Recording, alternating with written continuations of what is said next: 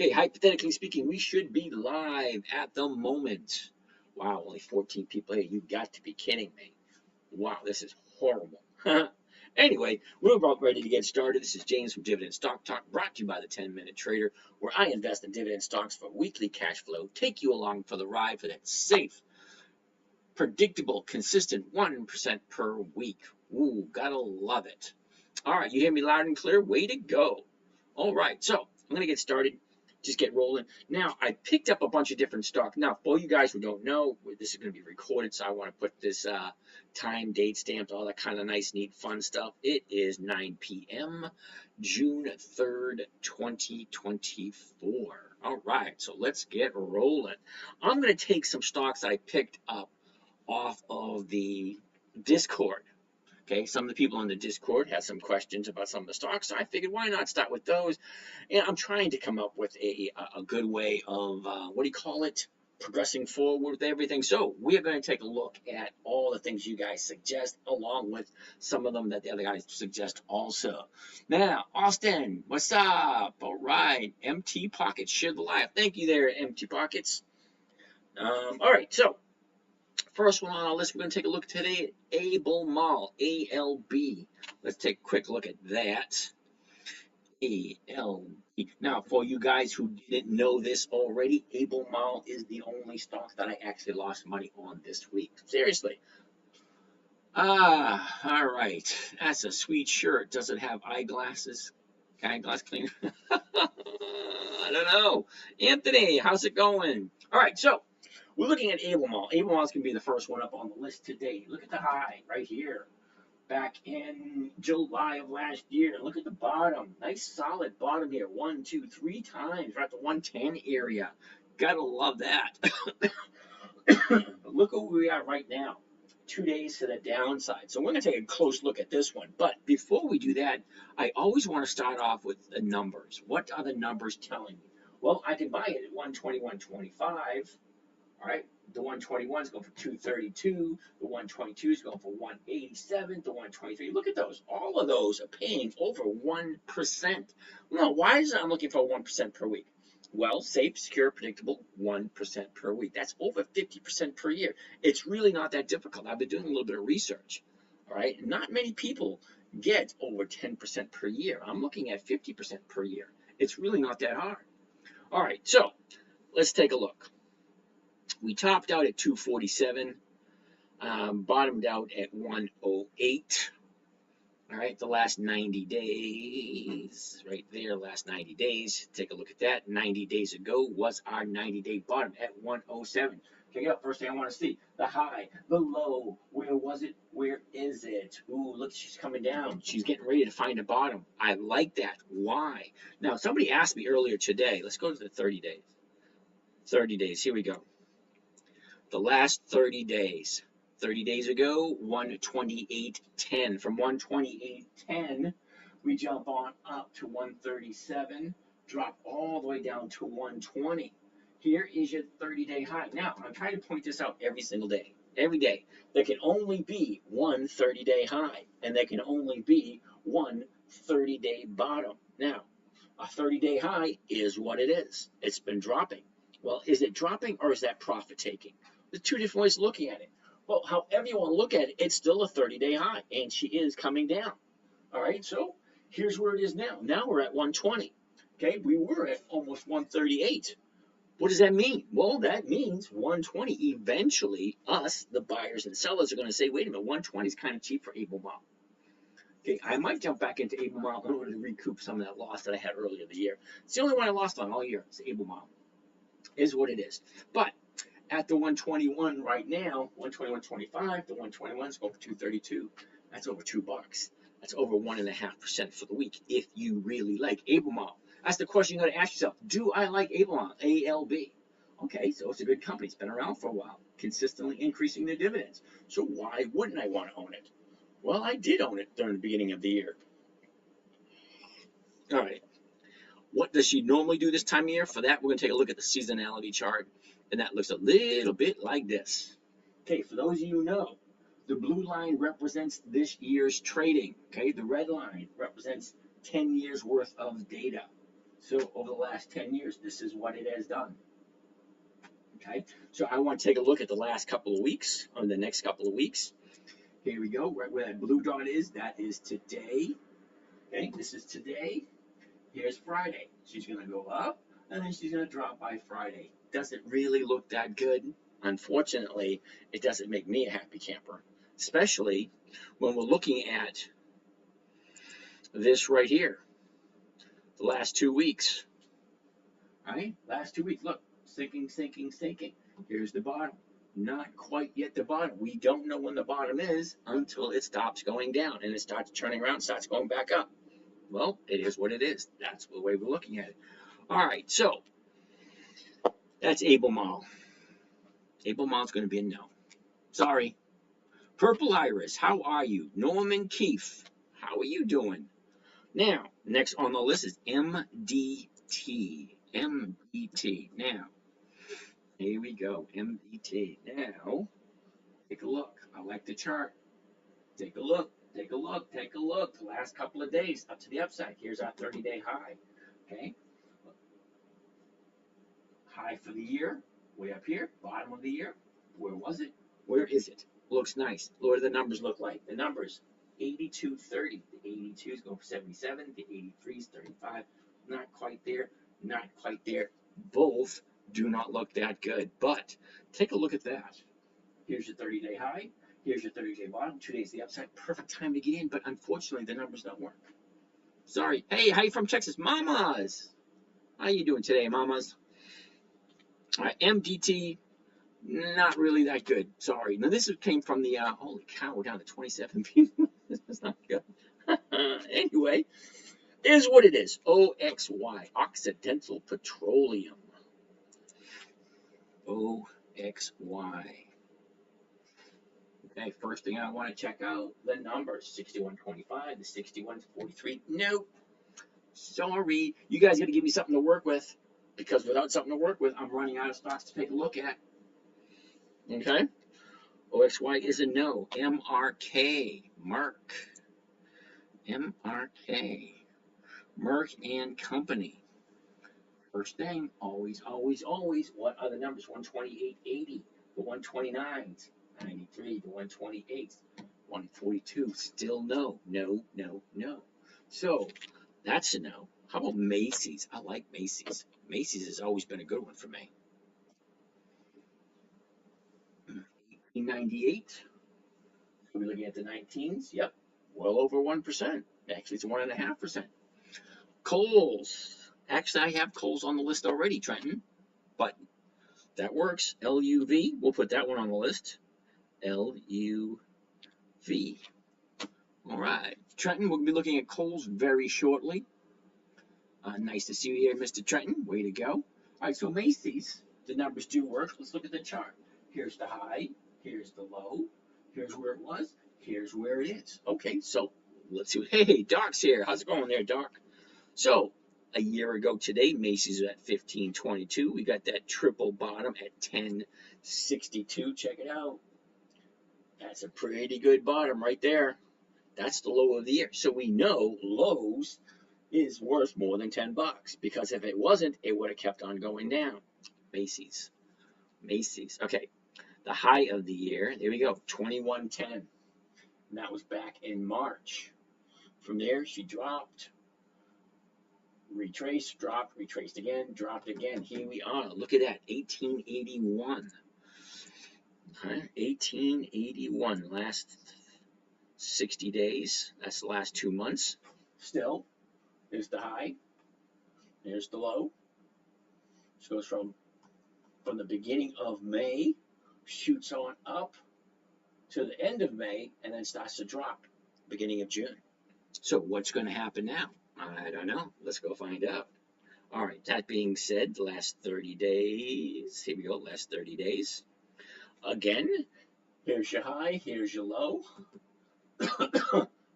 I can't wait for it to make another bottom. I mean, is it the bottom? I don't know. Let's find out what happens tomorrow. I like 2 days to the upside. Here we have the bottom here. Okay, 30 days ago. A little bit of retracement, up, retracement, up. Here's your retracement, up again. Now here's the 30-day bottom. All right, so what is it going to do next? Well, that being said, we have nothing we can do except wait till tomorrow. What does the stock normally do this time of year? For that, we get to use the seasonality chart. Now, here's where we are right here, right now, right here, right now. Okay, for the next week, we're going sideways, right? Here's 1 week right here. From the 3rd to the 10th. That's Friday. Next Friday will be right to here. Okay, so she's sideways, a little bit to the upside, and then she's going to drop down a little bit next week. I'm okay with it. Macy's has been very good to me this year. I have no problem whatsoever buying Macy's, holding on to it, and just keep rolling it over week after week after week. No problem whatsoever. Now, they did have a buyout offer a few weeks ago, and I'm not really 100% sure what actually happened to it, because I think they rejected it, because they did offer, I think it was, I don't remember what the offer was, but Macy says, no, we'll actually buy back our shares at 24, because they rejected the offer, the buyout offer. And next on the list is going to be Kohl's. Now, Doc, you usually have a whole list for me to take a look at. Not today, huh? Here we are with Kohl's. Kohl's jumped up. Now, I do own some Kohl's, and I did take advantage of that. First thing I want to look at, 24. I can buy it tomorrow morning, 24. 24 is going for 46 cents. That's not quite 2%, but it is pretty close. Kevin, how you doing there, buddy? All right, nice to see you. Okay, so let's take a look at the chart. Okay, here's the high. Quadruple top. Once, twice, 3 times, 4 times, right there. We know where the top is. Way to go, Kev. Now, here's our bottom right here in October. Okay, so we know where the top is. We know where the bottom is. Now, let's go through the numbers. A year ago, 2067. That triple top right at 2960. Hits it 3 times. Once in August, twice in December, and again in April. Okay. From there, I'm doing excellent, Kev. My shoulder's getting a little bit better. I have some movement. See? Have some movement. That's a cool thing. The last 90 days. Here we go. Again, first thing I want to see, where's the 90-day top? Where's the 90-day bottom? Where was it? And where is it? All right, so I like where it is now. Look, found the bottom, 2 days to the upside. It's going up. I did dollar cost average down with my Kohl's. Okay, so I was into that. I forget why I was in that. Well, let's find out. One way to find out is to actually look. Okay, 2680, right? I was at 2680, then I dollar cost average down to 23. All right. So my average is 25.49. And I sold those premiums at 13 cents a share. That's horrible. Sold the 25.50s. Okay, well, we'll see what happens. Here's what it is. Here we go, Doc. I knew you'd come up with something. STX, BBY, MTD. We just looked at MTD 2 seconds ago, Doc. Where have you been? MO. That's Altria. MO. ASO. ASO. I don't remember that one being on the list. And WHR. WHR. Cool. Whirlpool. I like Whirlpool. All right. So, here's Macy's. Sorry. We just looked at Macy's. Now we're on Kohl's. All right. So, I like the 90-day. Let's go to the last 30 days. Right there. 30 days ago. Here we go. 30 days ago. Check it out. 25 jumps up to 20, a little over 28. Comes on over, challenges. Look at it. It's challenging that 30-day high again. Didn't quite make it. What did it do? Well, it turned around and it dropped all the way down to 19 and change. Wow. So from there, she starts shooting up. She's at almost $5 already from the 30-day bottom. Okay, so it's going to continue to go up. What they normally do: 30-day top, 30-day bottom, shooting back up. That's what they do. All right. So seasonally speaking, what does the stock normally do this time of year? Okay, this time of year, here we are, right here. That's pretty plain to see. It's going to trend up for the next week, and then she's going to flatten out. Okay, great opportunity to jump in, grab that 1%. Why not? That's Kohl's. Now, I remember a couple people wanted to take a look at Mara, M-A-R-A. Now, Mara doesn't really offer dividends, I don't think. Let's go take a quick gander at Mara. Yep. Yeah, see, there are no dividends for Mara at this point in time. Okay? So, Mara is usually a no, but somebody wanted to take a look at it anyway. Oh, wrong account. It happens when I have more accounts than I need. All right, that being said, Paramount is next on the list. Now, I like Paramount. I actually have some Paramount. I have more Paramount than I probably should have. Oh, I didn't see that one. Cool beans. All right, so let's take a look at Paramount. 1284. Okay, the 13 is going for 22. That's over 1%. Look at the high. Here we go. The high right here. The low, double bottom right there. The high was in December, the bottom March, and again in April. A year ago, we're at 15 bucks. Drops on down to 10.50. Shoots back out to 17.50. Drops back down to 10 and a quarter. Up, down, like they normally do. A lot of movement. Gotta like with a lot of movement. A year ago, we're at 15.32. Okay, dropped down to 10.50 back in November. Shot up to 17.50 in December. Can you collect dividends when a stock is under contract? Yes, you can. As long as you own the stock, you are entitled to the dividends. Even if you sell a covered call against it, which means giving someone else the right to buy it from you. As long as the stock is still in your name, you own it, you are entitled to the dividend.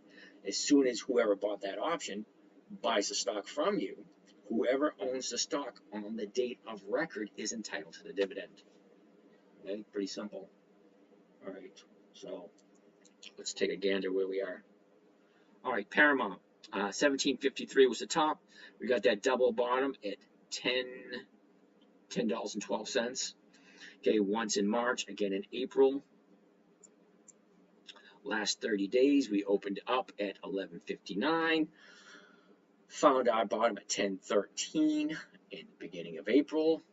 Shoots on up the beginning of May at 14.54.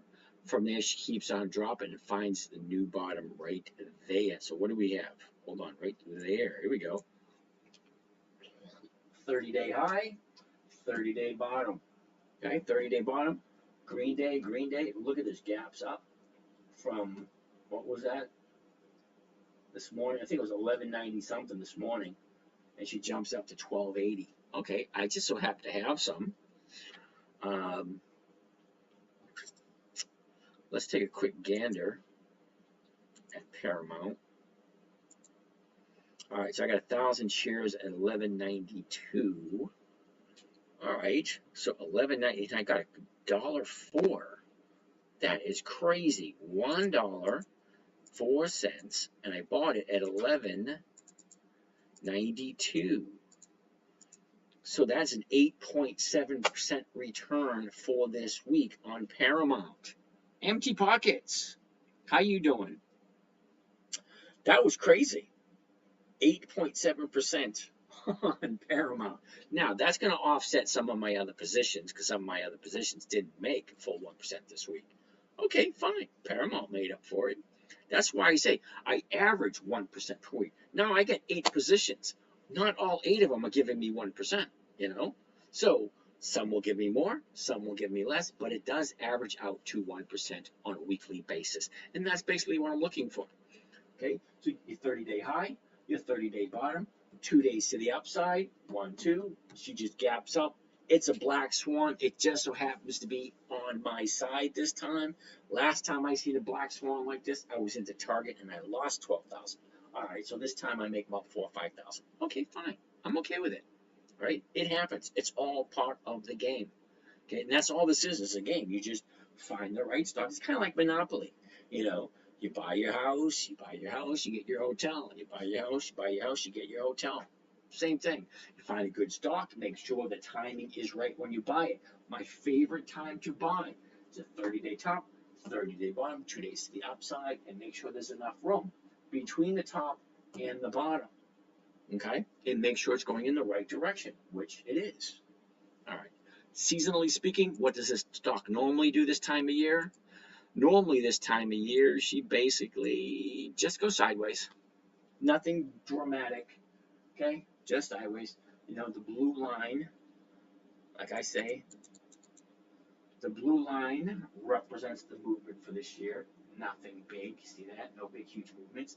And the red line represents 10 years worth of data. So as you can see, Paramount starts out good the first quarter, drops down the second quarter, then the third quarter keeps going down, and the fourth quarter is kind of like sideways. All right, so fine, it works. Southwest Airlines, LUV, here we go.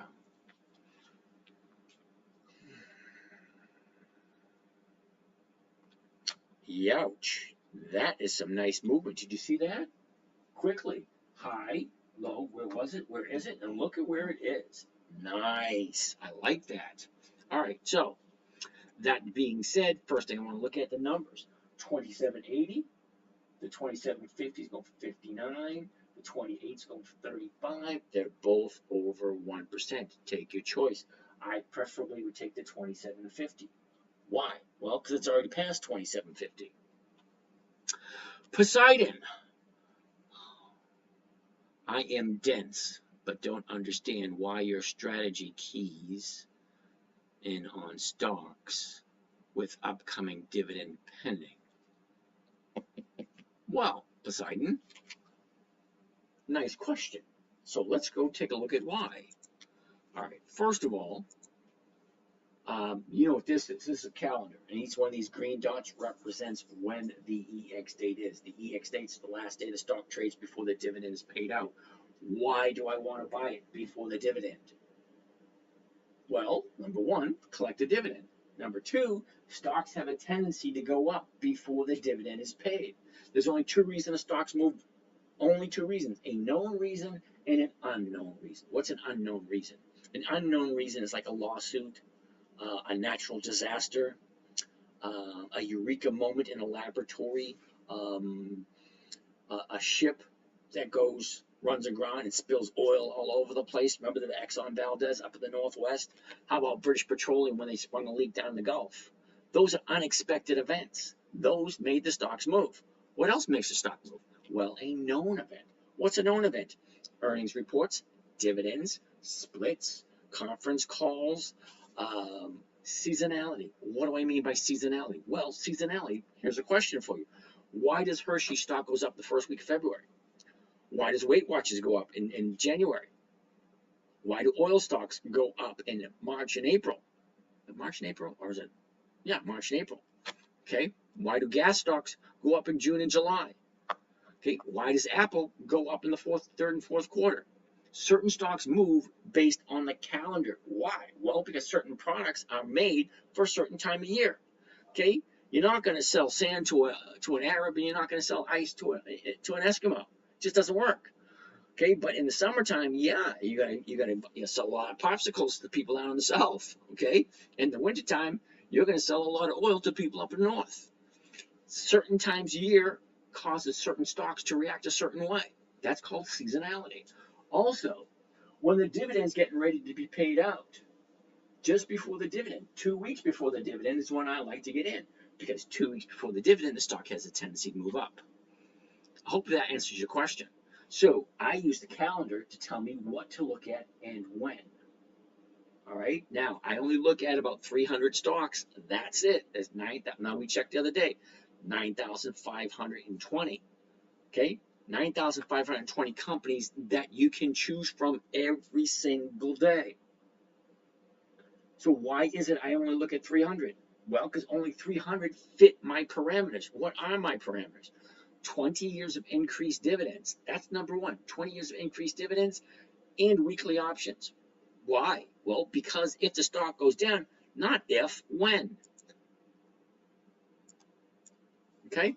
Not if, look, stock goes up, stock goes down. Stock goes up, stock goes down. Stock goes up, stock comes down, stock goes up, stock goes down, stock goes up, stock goes down. That's all they do. They go up, they go down. So if I get a company that consistently pays me increased dividends every single year, not every once in a while, but every single year, year after year after year after year. Simone, how you doing? Every single year, year after year. In case when, not in case when the stock goes down, I'm at least getting a higher dividend. Okay? Now, why weekly options? Well, specifically, okay, if I can buy it tomorrow morning at 28.70, they got the dividend coming up, which means the stock is going to go up or stay the same. Okay, 28.70, I can sell the 28 to get 35 cents. Now I know 35 cents doesn't sound like a lot of money, but here we go. Check it out. 35 cents. 35 cents is what you'd collect for each stock. So for 100 shares, you're going to get 35 bucks. Okay, it's 35 cents per share. 100 shares, 35 bucks. 1,000 shares, 350 bucks. 10,000 shares, 3,500 bucks. It's $3. It's 35 cents per share. Okay, what's the stock costing me? The stock's costing me $27.80. Okay, so divided by the purchase price, $27.80. That comes to a grand total of. Did you check that out? That can't be right. No, that's not right. That can't be 4%. Let me do it again, just to be on the safe side. Okay, so the 28s are going for 35 cents, 0.35. The purchase price is $27.80. It's more like 1.5%. Yeah, all right, 1.25. Okay, so it's only 1.25%. Now I know a lot of you thinking 1.25% doesn't sound like much. Hey, Reed Farmer, good talking today. I made it. Okay, cool beans. All right, you made it. Okay, so 1.25%. First of all, what company was this we're looking at? Okay, Southwest Airlines. Or is it Southeast Airlines? Southwest Airlines. so you shows you what I know. Southwest Airlines. 1.25%. Okay, I know it doesn't sound like a lot, but it only takes less than 10 minutes a day. I find a good quality stock, and I always look at the calendar first. Okay, the calendar tells you what stocks to look at.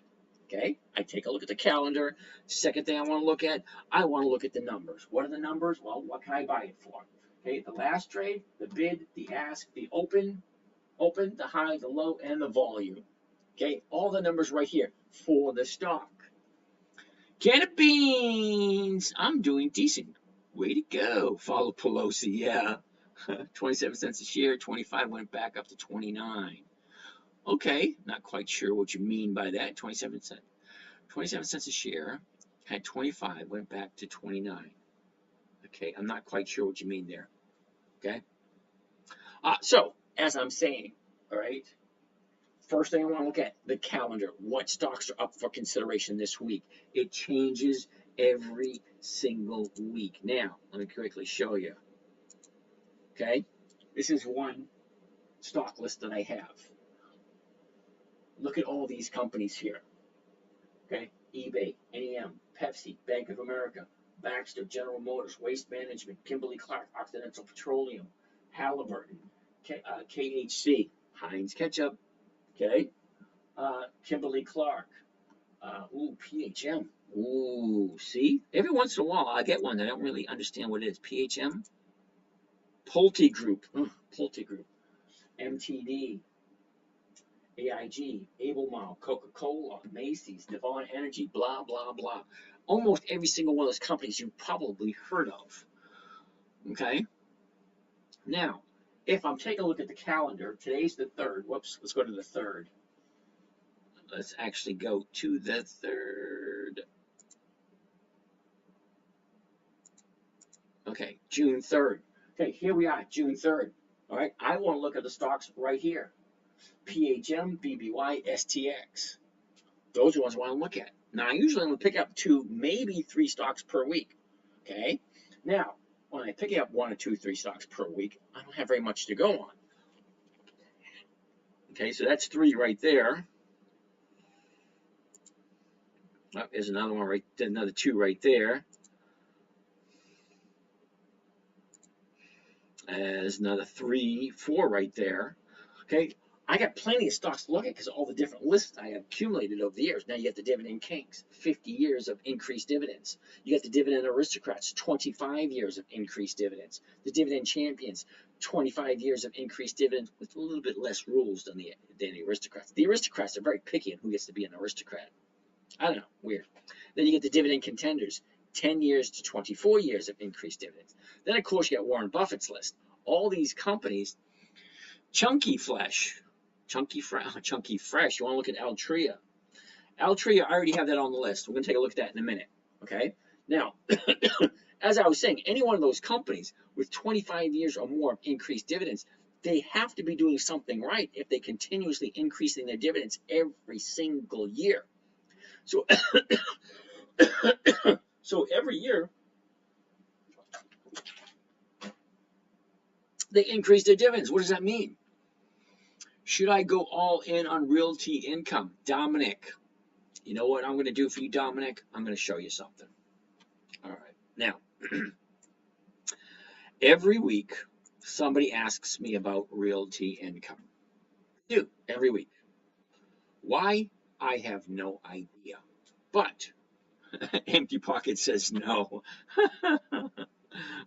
All right, so, Realty Income is junk. All right, that's 2 people so far that agree with me. Now, I haven't said anything yet, but this is why, okay, Dominic, this is why I personally say no to Realty Income. Number 1, 53.30. That's what you can buy it for. Now, 52.50 is going for $1.25. But if I buy it at 53.30 and I sell someone the rights to buy it from me from 52.30, I'm losing 80 cents right off the top. So you take 80 cents off of this, now you're down to 65 cents. Okay, so I'm collecting 65 cents on a $52 stock. All right, that's over 1%. Yes, okay, it's over 1%. Great, but here's the thing. I've got to hold it for 3 weeks. So I got to take that 1% and divide it by 3. Now, with a monthly optional stock, I can only do a covered call once every month. That's 12 to 24% per year. If you're okay with 12 to 24% per year. But what's worse than that, hey, Mikey G, what's worse than that, here we are right now at 53. Now I have to figure out where is it going to be, see, in 3 weeks. Okay, so if I'm going to buy it first thing in the morning, sell someone the rights to buy it from me, because a covered call is one of the safest strategies that are out there. You're buying it at a certain price and you're selling it at the exact same price. In this instance, it's 53.30 and I'm selling the 52. Now the 52.50 is collecting $1.25. Okay, I'm collecting 1%. Okay, fine, but I got to hold it for 3 weeks. Why would I hold it for 3 weeks if there are plenty of companies? Oh my goodness, you like Spider. There are plenty of companies that offer me 1% per week. So if I am offered 1% per week through through decent companies, why would I put it into Realty Income? Okay, that's just one thing. Let's check out something else. All right, Realty Income. We're going to go over to here to Yahoo Finance. We're going to put O into the, what do you call it? Historical. Okay, we're going to see how well they pay their dividends and how often they increase their dividends. So this screen right here behind me is live on YouTube. So you can take a look at YouTube, okay, and this is live, so we can see the numbers easier. Okay, so let's take a gander at it. Now, one thing nice about Realty Income is they pay a dividend every single month. Okay, great. So they're paying 26 cents in 24, 26 cents in 23, 25 cents in 22, 23 cents in 21, 23 cents in 20, 23 cents in 20, 22 cents in 19, 18 to 21, then the 20, then the 19 to 18. Wow, look at this. Holy cow, that's horrible. Okay, 2015, 18 cents. 2014, 18 cents. 2013, 18 cents. 2012, 15. All right, so let's go all the way back to the beginning. All right, 17 years worth of increased dividends. 17 years. That's all they have, 17 years of increased dividends. All right, that's one thing. Here's where it gets even worse. You ready for this?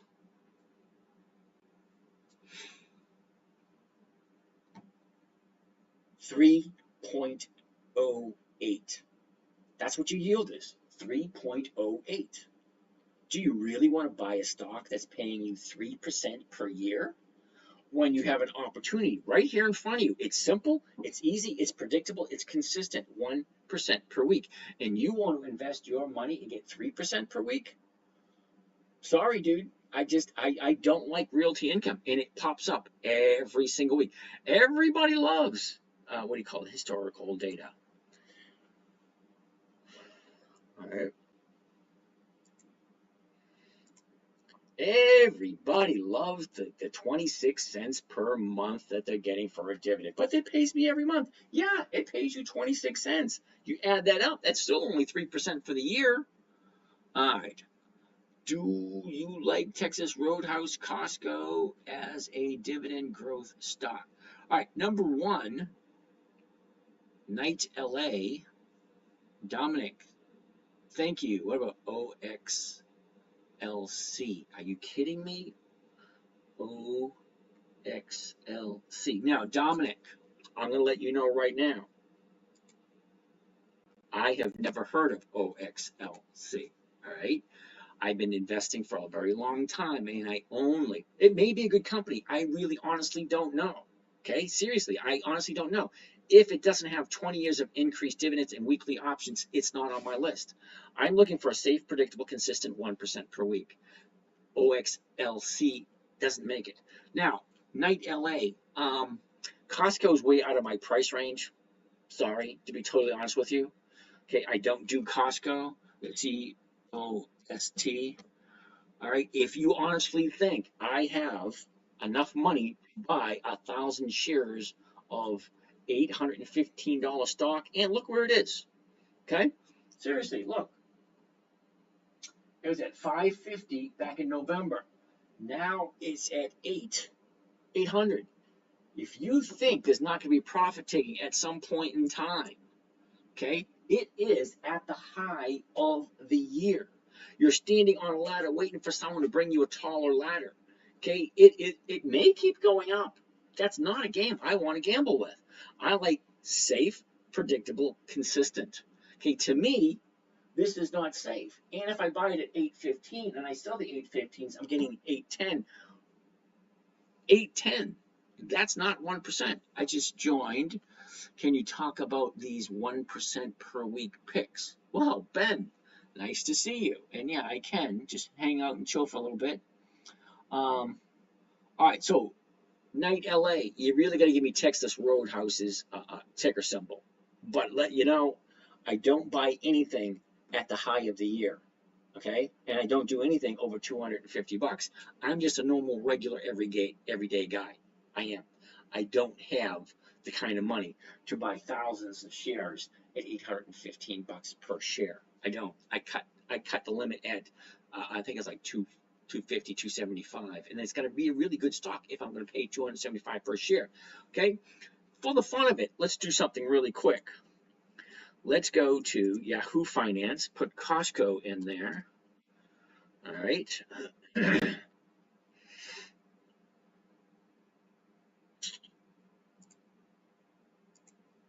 Now, Costco at $800 per share. Look at the dividend they're giving. $800 a share. $1.16, $1.02, 15. Okay, that's kind of odd. 102, 102, 102, 90 cents, 90 cents, 90 cents, 90 cents, 79 cents. Really? I'm going to invest $800 to collect $1 per share? Come on. There are other stocks that for 50 bucks that will give you $1 per share. Why would I want to pay $800 to get $1 per share? It just doesn't make sense. It's almost the exact same thing with Nvidia. Nvidia is almost $1,000 and they pay less than 20 cents per share for the dividend. What would be the purpose of buying it? Aren't we in the money? Aren't we in the business to make money? Okay, and if I'm making money just for the fun of it, let's take a look at Costco. Okay, here's the numbers for Costco. All right, So I'm going to pay $800 per share to collect 4.6% per year. 4.6% per year. I'm showing you a way to do 1% per week. 1% per week comes to over 50% per year. And you're telling me you want to do it 4.6%? Hey, more power to you. I don't ever tell people what to do. And Night LA, I'm still waiting for that ticker symbol for Texas Roadhouse. Okay, Dominic, we'll take a look at OXLC in a little bit. Where do you sell that call? Hold on a second. Let me get this out of here because it's kind of bright. All right, what are we missing here? All right, just join, continue. All right, Ben, you just got here. I'm going to be here till 11:30. Just sit tight. You're going to be able to see where the 1% per week comes from. It's really simple. I created this strategy for my 9-year-old daughter back in 2008. 2008. That's almost 20 some odd years. I don't know. Almost 20 years ago. Okay? I created it for my daughter. It had to be simple. Remember, she's 9 years old. It had to be simple. It had to be safe, predictable, consistent, and no way she could lose. Okay, so how do you figure that out? All right, very simple. Ready? Simple, safe, consistent, predictable, and no way to lose. That's the criteria in order to teach a 9-year-old how to trade. Okay, rule number 1. Never buy something you don't understand, something you don't want to buy, something you don't want to own for long term, because you just might have to hold it for a long period of time. The longest I've ever held anything was 9 months. Not that I wanted to. Rule number 2. Here's the reason. Rule number 2, okay? Never sell at a loss. So if I buy Costco at 815, okay? Now, I'm kind of curious. Okay, look at that chart. Okay? Look at that. Does that look familiar to anyone? Okay, look, real low here, huge jump, way up. Okay, back in the 80s, they had the gold rush. Remember where gold was $250 an ounce, and it jumped up to $800 an ounce, or 700, somewhere there, something crazy. All right, but here's the thing. The people that bought gold in the 80s at $800 an ounce had to wait 30 years to break even. So at $815, what happens when people say, all right, I don't think it's worth more than that? And that's the highest it will go. If you buy it there, how long do you have to wait in order to break even? Okay, people who bought gold back in the 80s had to wait 30 years to break even. I don't know. Doesn't sound like a good deal to me. I don't like buying at the high. Look, from here, even in December you're at 575. Now you're 800. Great if you bought it, a year ago, but do you really, wrong way, do you really think it's going to continue to go up? And if you do think it's going to continue to go up, more power to you. I don't personally go over stocks over 250 bucks. Okay, oh, that's what I wanted to check. I'm pretty sure it's under statistics. Pretty sure.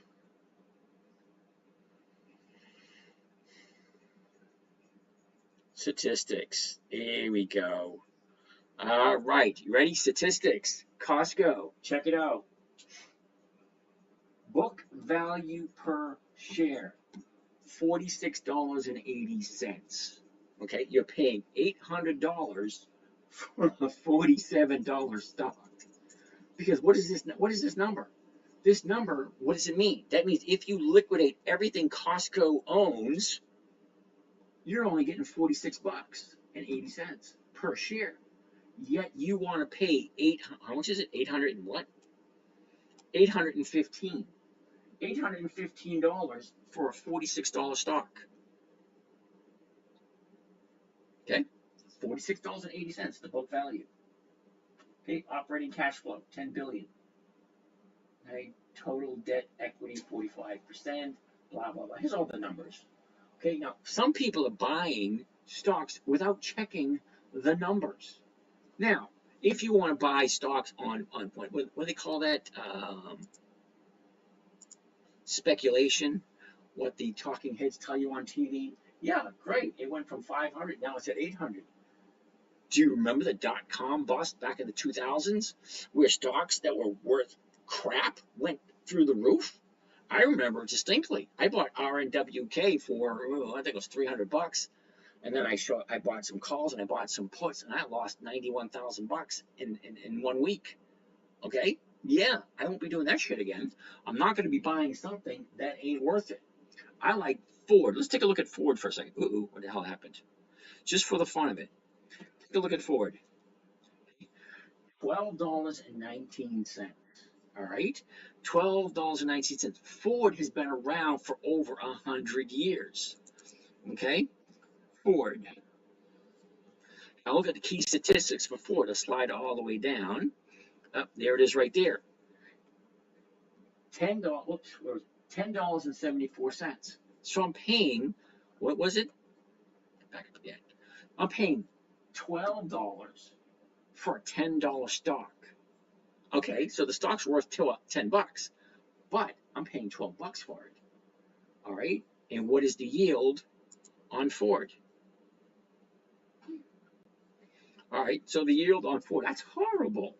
0.6? That's horrible. The 1-year target, $13. Okay, that's fine. That's the yield. Sorry. The dividend is 60 cents. Sorry, the yield is 4.9. Okay, so 4.9 is not that bad. But when you buy, anytime you buy a stock, you got to know the numbers. You don't just buy a stock because it looks good and everything's fine. Remember, never buy something you don't want to own.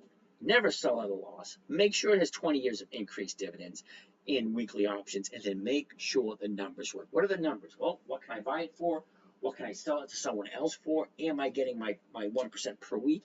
And also, take a look at the statistics. Take a look at the numbers. Where are we? Right, statistics. Right there. Take a look at the numbers. The PE ratio, the forward, the trailing, the price book, the margin, the cash, the total cash. $25 billion Ford has. Okay, fine. Debt is 152 billion. That's a lot. All right. Anyway, debt equity percentage, blah blah blah. Anyway, take a look at the numbers. The numbers are very important because if the stock goes belly up, you want to know how much you're getting. Okay, so if I'm paying $12, the book value is 10. Why would I want to do a stock that is $800 and the book value is only 40? Look at General Motors for a second. You're gonna love General Motors. General Motors. Here we go. Key statistic for General Motors. Check it out. $45 is the stock price. Let's slide all the way down. Look at the book value. $60. You're buying a $60 stock for $45. Okay? You really can't go wrong with General Motors. And what is General Motors paying you? 1.07% yield. Yuck. But let's not do that. Let's do this. Let's put General Motors in here. General Motors. Tomorrow morning, I could buy it $45.78, sell the 46s for $39. What is that? Just for the fun of it. Paid 39 cents, and I'm paying $45.78. That comes to a grand total of 0.8. Well, we're not done yet because I can do this every single week. Can you imagine getting 0.8 every single week? Well, how much is that per year? Well, you multiply by 52 because it's 52 weeks in a year. Look at the number, 44%. How would you like to get into a company that you've heard of, General Motors, and get a 44% return? Okay, look at the number, 45.78. The 46 is going for 39. If it hits 46, you get the difference between that and that, so you get a little bit more money. But worst case scenario, I'm getting 0.8. 0.8%. There's 52 weeks in a year. General Motors has a weekly options. You can do this every single week, and it's really not that difficult. You find a good, decent company. All right, Ben, you see what I'm talking about? General Motors, yeah, they're not paying 1%, but if they're only paying whatever they're paying, 0.8, which is a little bit less than 1%, 0.8, 1%, 0.8, it's close, but 44%, and that's General Motors. Let's continue with some other ones that actually pay more than General Motors. Now, I like General Motors. If I have money left over, I have nothing else to do with it, there's certain stocks I'll throw it into. Ford, General Motors, AIG, Bank of America, MPW, stocks that I like just to have around. All right, so Ben, hang out, I'll show you something. All right. Oh, I missed a couple questions. Oh, I missed a bunch of questions. Sorry about that. All right. Where do you sell the call at after 7 weeks off loss on a stock? Uh, I'm a little bit unsure what you mean, Ryan. Where do I sell that call after several weeks off loss on a stock? Um, okay, just in case, just to, refresh your memory here, Mr. Ryan. This right here, okay, these numbers, let me make this easier for you. Let's get this out of here. Okay, now, I don't have the option chain anymore. This right here is the stock price, okay? The open, the high, the low, the last trade, the bid, the ask, the volume. We all know what that is, okay? The difference between the bid and the ask is called the spread. The spread goes to the market maker. The market maker is the person who is in charge of the buying and selling of the stock. Okay, great. Now let's take a look at the option chain. This is the option chain. Okay, again, you're going to see the exact same thing. That says the delta and the gamma. Hold on a second. I'll change that real quick. Implied volatility. Nope. Open interest and volume. Here we go. All right, so almost the exact same thing. The strike prices over here, 30, 35, 50, 40, 45, 50, 45, 45, 50, so on and so forth. That's all self-explanatory. The dates, okay, 7 June 24, that's this Friday.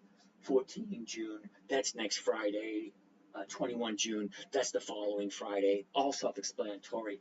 Bid, ask, open, volume, okay? Now, at this moment in time, General Motors, the 45.78, the 45s, 45.50s are going for 62 cents. There's 818 contracts traded today. 818. Who gets that? Well, the market maker, the 62 by 66. The bid, 62 cents. If I'm selling it, that's what I'm collecting. If I'm buying it, that's what I'm paying. Okay? Buy, sell. So if I buy the stock here, and I sell this strike price here, this is what I'm collecting. Who? I have no idea who does it. The market maker takes care of that. The market maker is the person who takes care of it. It's kind of going to a grocery store. Okay, you have the owner of the grocery store. Say it's a 7-Eleven or a Circle K. Somebody owns it. Okay, he is going to buy a gallon of milk for $3, and he's going to sell it to you for $4. What he collects the spread. Okay, he doesn't care who buys it. That's like when I sell a call, I don't care who I sell it to. All I know is that if I'm paying this and I'm selling this, I don't care who buys it. The market maker posts it here. So the market maker is paying this amount of money. Okay? If I'm buying it, that's what I'm paying. If I'm selling it, that's what I'm collecting. Okay? Buying, selling, paying, collecting. All right? I sell. I don't buy. Okay? I'm selling time. I sell on Mondays, and on Friday it expires. So whatever I collect from Monday to Friday, that's my money. That goes to me. So I don't know who buys it. All I know is that I'm selling it. And if I buy it, if I buy the stock and I sell the option, whoever buys it, it's their responsibility, not mine. Now, I love it when a stock goes down. Uh-oh, gotta verify who I am. They do this every once in a while. There we go. Oh, Darjik stopped by again. Way to go. All right, so I honestly don't know who buys because nobody knows. Okay, look at this. The volume, 15,698,000. Who? Well, 15,600,000. Nobody knows who bought all that. Okay? Even when you come down here, look at this. 6,500 contracts that are open. 6,500 contracts. One contract equals 100 shares. 6,500 contracts. That's 65. That's 600. Yeah, 650,000 shares under contract with an option. Who bought it? Who sold it? I don't know. I honestly really don't care. Only thing I care about is what can I buy it for? What can I sell it for? How much am I making in return? Why do you need to buy 1,000 shares? If it's expensive, you could buy 100 or 200. All right, Poseidon, you're absolutely correct. Okay, I just like to buy 1,000 shares at a time. 1,000 shares of this, 1,000 shares of that, whatever. Makes it easier. But what I'm saying, About Costco at $800 a share? No, that's way too expensive. Even at 100 shares, still no. Okay, if I'm collecting, what do you call it? Let's bring Costco up there again. COST. Okay, 815 bucks. All right, 815 bucks. It's at the high. Okay, 815. Yeah, I'm barely making my 1%. Okay, fine. But we looked in the book value. It's what is it, 45 bucks, something like that? I forget what it was. Okay, General Motors, the book value is a nice number. COST.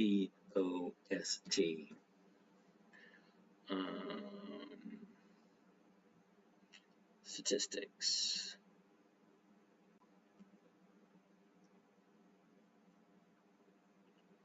All right, right there. Okay, why? Now, you can do whatever you want with your money. Seriously, you can. Why would I pay $800 for a $46 stock? Okay, I would prefer to do General Motors.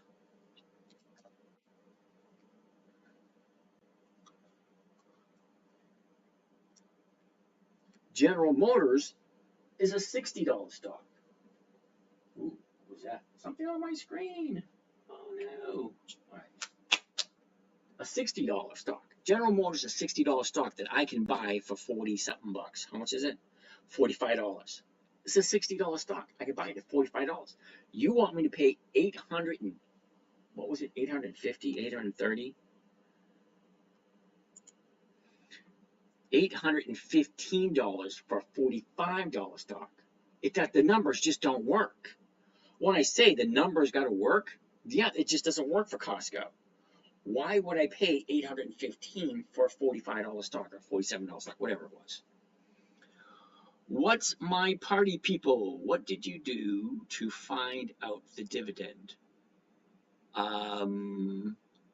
Okay, there's a lot of ways to find out the dividends. Number one, I usually go right here to the dividend calendar. Okay, VFC, the dividend is 9 cents. Kohl's, the dividend is 50 cents. LUV, the dividend is 18 cents.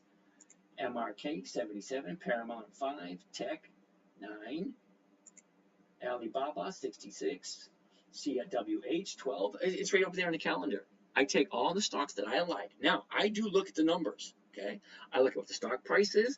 I look at what the book value is. Okay, if it's more than twice the book value, I toss it.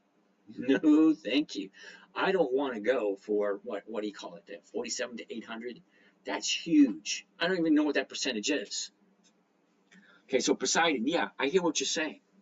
I don't do stocks that high, especially when the book value is so low. Okay, because there's what you call I don't know. I don't know what is the terminology. So I'm buying something. I want to get the value for what I'm paying for it. Now, my main goal is a 1% per week. So I want to make sure it's a decent stock, number one. Number two, I want to make sure the dividend is decent. I want to make sure the dividend is constantly increasing. But when the stock goes down, and don't kid yourself thinking, okay, if you think that Costco is going to continue to go up, you're just deluding yourself. I've never, ever, ever seen a stock go straight up and never pull back with profits. Because whoever bought it here at 500 bucks is looking at this 850 and thinking to themselves, wow, I made a shit ton of money off of this. At some point, they're going to say, all right, time out, let me take my profits. It's going to happen. And if you think it's not, you're deluding yourself. Okay? Terribly sorry if you feel that way, and I'm sorry if I'm upsetting you, but I'm not delusional. I've never seen a stock go straight up and never look back. Never. Okay? Next, let's go through one of these questions. I keep missing some of these questions. Be Sure Realty, TXRH. You really want me to look at EXRH? Big fat no. Two reasons. Number one, look where we are. Okay, the high of the year was Friday. Look where we are. Too close to the high of the year. High of the year, yeah, no thanks. I never buy at the high of the year. Two, it's a monthly. What does that mean? That means I can only do it 12 times a year. That's it, 12 times a year. Now, if you didn't go to the same elementary school that I went to, I know that 52 is better than 12.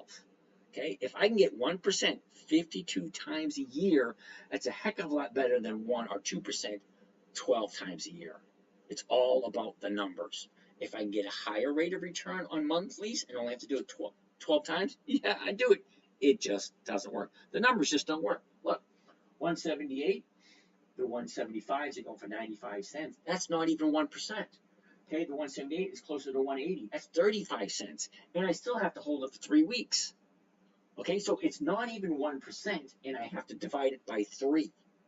Yeah, monthlies, the numbers I've never seen a monthly work out. K News. Hello, K News over here on YouTube. Cool beans. All right, so sorry about that. Be Short Realty. It's just a no. Simone, when you buy a put option, and if you end up buying it, do you have a period of time to keep them? All right, Simone, number one, I don't do puts at all. Don't. Now, remember at the beginning of the story, I told you this was created for a 9-year-old little girl. Okay, I love my daughter dearly. She was not the sharpest knife in the drawer, the brightest bulb on the tree. She wasn't. Okay, now, wasn't a Mensa student. Just wasn't. Just a regular, everyday little girl. It had to be simple. I don't know how to express that to you guys. It had to be simple, safe, predictable, consistent, and no way she could lose. Okay, once you start throwing puts in there, puts are very complicated. Now, calls are easy. Stock goes up, the call goes up. Okay, puts not as clear cut. Okay, because a call option gives you the right, but not the obligation. That means you can do it if you want to, but a put, you are obligated to do something. And how do you convey that to a 9-year-old? Now, so puts were never thrown into the mix. And for continuity's sake, means I want to keep things the same for everyone since I started teaching this 15 years ago. Believe it or not, I've been teaching this for 15 years, over 15 years. But simple, safe, predictable, consistent, and no way to lose. How do you do that? Never buy something you don't want to hold. Never sell at a loss. Make sure the company has at least 20 years of increased dividends because they're doing something right if they're continuously profitable. Weekly options. Why? Because I want a weekly check every single week. Week after week after week. 52 times. And fifth, make sure the numbers work. What are the numbers? Right here. What can I buy it for? What can I sell it for? I don't want to hold on to anything. Okay, I want to buy on Monday. I want to be sold out on Friday. That's it. Safe, predictable, consistent, 1% per week. Okay, monthlies just don't work for me. If you like it, great. Now, Texas Roadhouse, never heard of it. Okay, as far as I know, if they haven't increased their dividends for 20 consecutive years, yeah, I'd never hear of it. Because there's 9,520 companies that I can choose from. 9,520. What makes this one so special? Nothing. Okay? It's not giving me 1% per week. So it's a no. Now, don't get me wrong. People at Texas Roadhouse might be nice people. They might be the greatest people in the world. And for some people, this may work. Okay? So if you bought it there, you sold this there. Okay, so it's not 1%. You can only do it 12 times a year. What is that? Let's, for the fun of it, let's do it. Just for the fun of it. Okay, so 174, 170s. All right, let's go to, now see, I don't like it when they do this.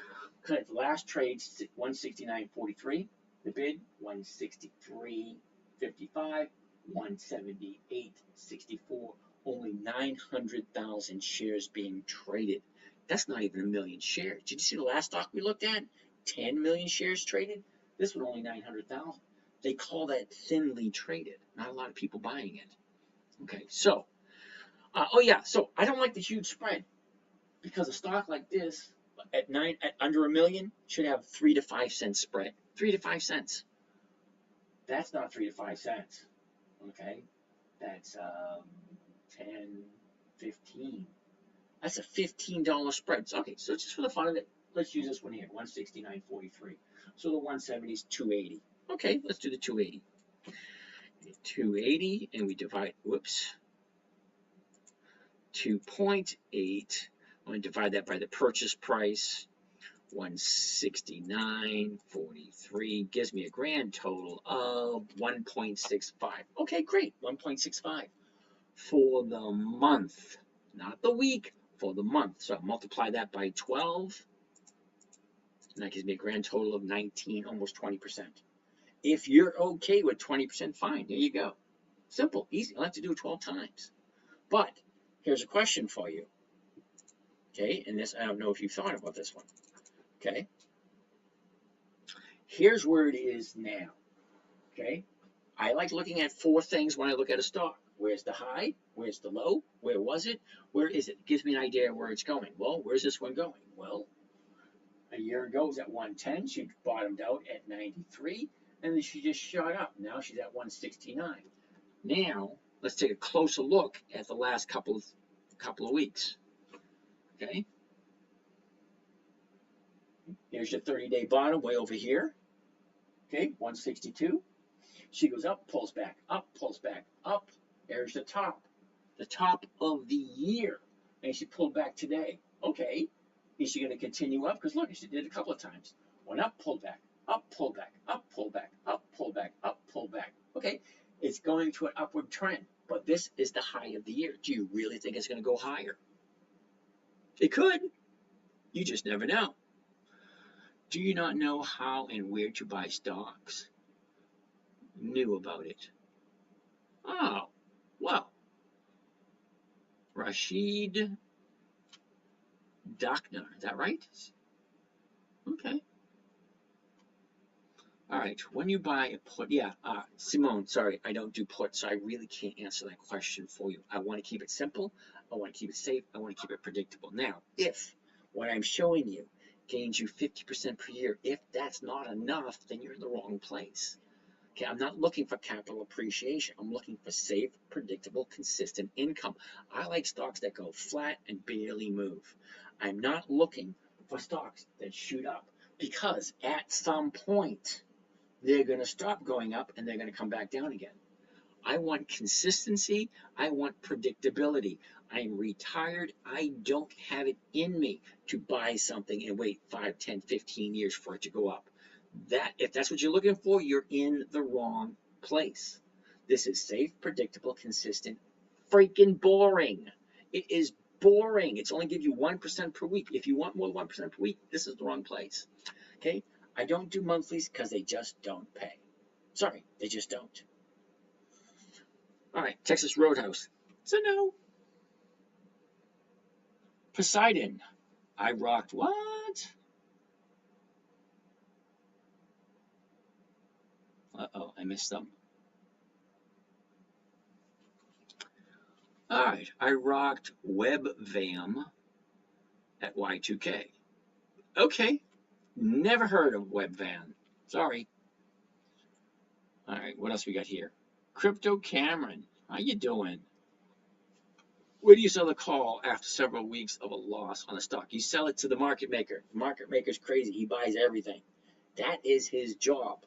Okay, so just in case you didn't know, let's look at one for a second.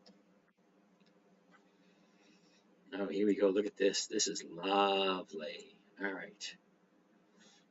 I want to show you something real quick. All right. Ryan, you ready for this? Okay. This is specifically for you, Mr. Ryan. All right.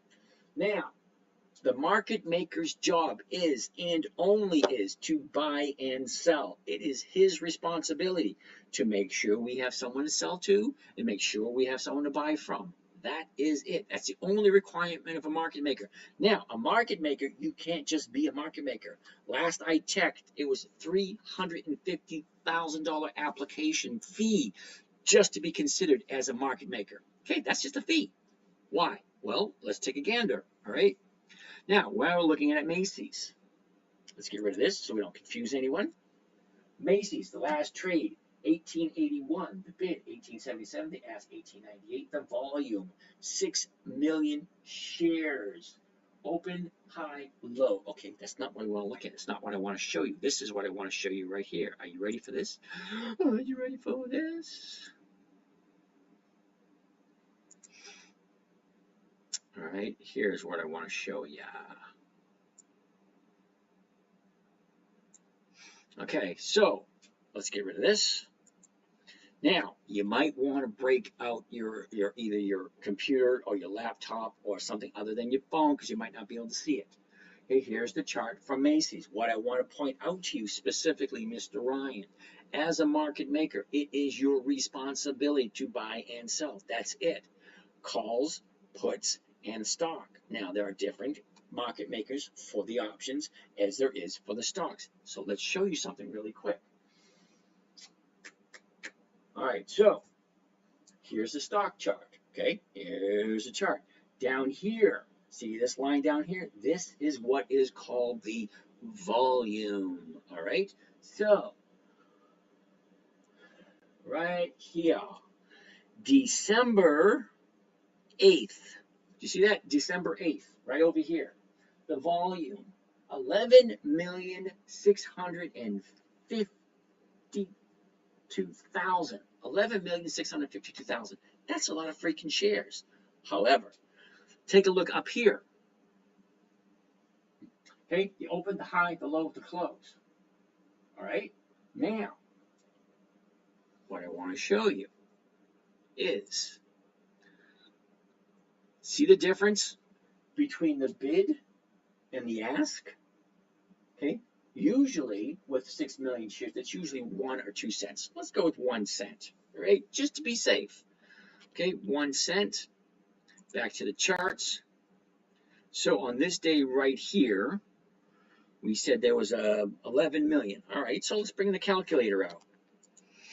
Clear this. 1 cent multiplied by 11 million comes to a grand total of $110,000 for 1 day. So the market maker on this day here, the 8th of December, okay, 11 million shares. The market maker made $110,000, okay? Now, that doesn't sound that interesting. The very next day, on the 12th of December, you can check out the numbers yourself if you don't believe me. On the 12th, check it out. 68,749,000 shares. All right, let's clear this. 68,798,000 shares. Okay, we're going to multiply that by the 1 cent per share because he makes 1 penny per share for each share that's traded. Okay, so one day on the 8th, okay, check it out. On the 8th of December, he makes $110,000. The very next day, whatever the news was that created, whatever happened, the very next day, 68 million shares. So the market maker makes $687,000. So whatever you think about the market maker, whoever buys or whoever sells, doesn't matter who you sell it to, doesn't matter who buys it. The market maker is the one that buys it and sells it. So if you're on Thinkorswim, if you're on TD Ameritrade, if you're on Charles Schwab, International Brokers, Robinhood, Webull, Fidelity, it doesn't matter what broker you're with. There's only one market maker, okay? Each company has its own market maker. Some companies have more than one market maker. But Macy's market maker on the 11th of December made $687,000 for 1 day worth of work. All he had to do, buy and sell. That's it. You had an order come in, he fills it. Buy an order, fills it. Sell order, he fills it. What does he fill it at? Well, he fills it at the bid and the ask. If you're buying it, that's what you're paying. If you're selling it, that's what you're getting. Okay, the market maker is the only person who knows what the stock is going to open up at in the morning. It's his job. His job is to create the market. Without him, there's no market. So each company has at least one market maker. Hey, Claire Ann is watching in El Afifa. Oh, how you guys doing over there on Facebook? So whoever does it, it doesn't really matter to us because whether you're trading at Charles Schwab, whether you're trading at Fidelity, whether you're trading at Robinhood, Webull, it doesn't matter where you trade. Okay, honestly, doesn't matter where you trade. The market maker is the person who does the buying and does the selling. If you're going to buy a stock, you're going to pay a certain price. If you're going to sell a stock, you're going to receive a certain price. The same thing with the options. Is he posted? Now the funny thing, okay, if you post a market order, he is required by law. That's one of the reasons why he makes so much money. He is required. If he posts it for sale, okay, if he posts it for sale and you want to sell, he has to buy it. However, if you do a limit order, he can decide whether or not he wants to fill it. But a market order, he's required to fill it.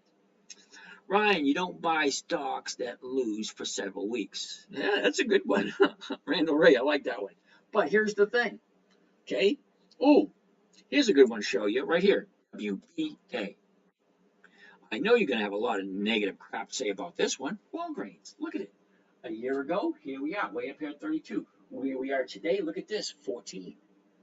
Okay, that's not down 4 or 5 weeks. That's down like 4, 8, 12, 16, 20. 20 weeks.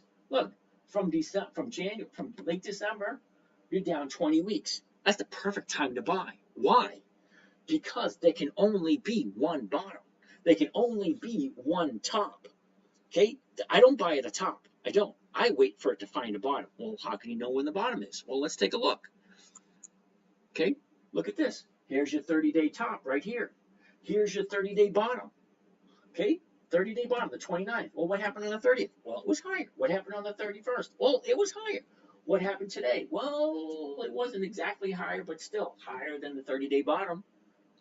But that's not the 30-day bottom. That's the bottom of the year, bottom of the 90-day period, bottom of the 60-day period, bottom of the 30-day period. That's the bottom. That's the time you want to buy. It's Walgreens. Walgreens has been in business for over 100 years. 100 years. We're not talking 2 or 3 years. We're not talking 2 or 3 weeks, 2 or 3 months. We're talking over 100 years old. They've got to know what they're doing, and they're pharmacists.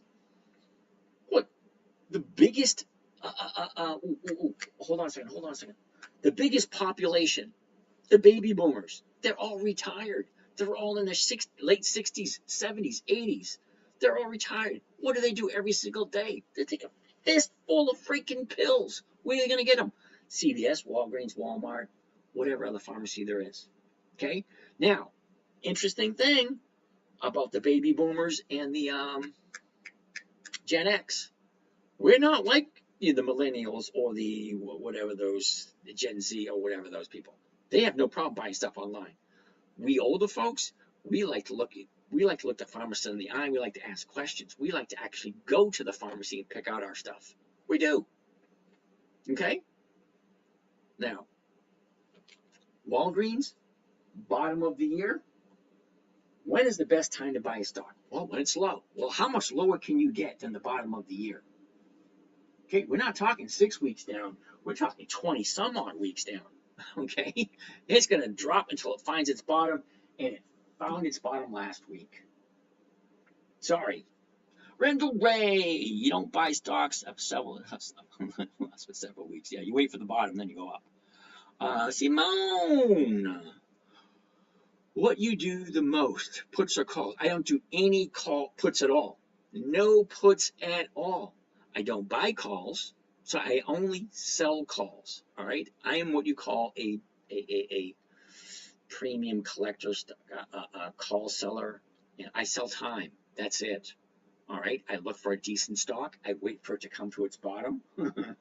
Okay, wait for it to come to its bottom, bounce off the bottom. That's when I jump in and I look. I coordinate with the calendar. Okay, seriously. Okay. LUV, which is Southwest Airlines, I would like to buy it 2 weeks before the EX date. When is the EX date? Well, the EX date's right there. So when do I want to buy it? I want to buy it this week, the 3rd, 4th, 5th, or 6th, because it's paying out its dividend in 2 weeks. What does that mean? In 2 weeks, it's paying out a dividend. Well, what happens? Well, usually before the dividend, the stocks go up. Sorry, it's just the way it is. Stocks have a tendency to go up before the dividend is paid. It's one of those few things we know is approaching. What else do we know is approaching? Earnings. Let's pull up earnings. Okay, there you go. See the blue and purple? Okay, those are earnings reports. What is the consistency on an earning report and directly related to the stock price? Well, there isn't. I've seen positive earnings, stocks go down. I've seen negative earnings, stocks go up. There's no real rhyme or reason. But with dividends, okay, now I've been doing this for a while. With dividends, before the EX date, the stock has a tendency to move up. Just for the fun of it, let's go take a look at LUV. There we go. I want to look at the chart. Now I want to look at the big interactive chart. Now, for those of you that not seeing this on your computer or on your television, if you're looking at on your phone, you might not be able to see it as clear. Now it's loading the chart. Hold on a second. All right, check it out. You see the D? D represents the dividend. Okay, so let's take a look at this dividend right there. When was the dividend? Dividend was on the 5th. Oh, wow. Okay, how much was the dividend? 18 cents on the 5th of March. Let's check that out just for the fun of it. Chart. What were we looking at? What stock were we just looking at? Hold on a second. Southwest Airlines. LUV. March 3rd, right? March 3rd. Right there. Okay, so had a dividend March 3rd. That's not March. March 3rd. Oh, right there, dividend. 18 cents. Okay? Stocks have a tendency to move up just before the dividend. If the dividend's here, 2 weeks before the dividend, which would be 10, 9, 8, 7, 6, 5, 4, 3, 2, 1, right here. Okay, so what was it on this day right there? All right, so it opened up at 33.71. Okay, 33.71. The dividend was 18 cents. So let's get the calculator out. 33.71 plus the dividend. Whoa, clear. 33.71 plus the dividend. Now the dividend was 18 cents, 0.18. Our target is 33.89. Okay, so right here, 33.71. The dividend's 18 cents, 10 days before. Here you go. What's the exit target? The exit target is, bring this up again, 33.89. See that? 33.89. What is the high of the day? The high of the day, right there, 34.56. Rest my case. I could go back and look at each and every single one, but I'm not going to. But stocks have a tendency to go up before the dividend. How much? Well, it goes up more than the dividend because the dividend's 18 cents. You buy it after opening, 10 days prior to. Look at this. From here, what is the high the very next day?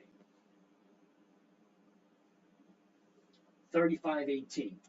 Okay, so it went from 33.71 to 35.18, more than 18 cents, which is more than the dividend, which is exactly what I'm talking about. Stocks have a tendency to go up 10 days before the EX date, consistently and predictably. That's why I buy stocks according to the calendar. Okay? Alibaba, the 13th. I'd like to get it on the 27th, the 28th, or the 29th. Okay, whatever the dividend is, fine. I'm looking for that 1%. Safe, predictable, consistent 1% per week. Does it work all the time? Not always, but more than 95% of the time, and that's what I'm looking for. Safe, predictable, and consistent.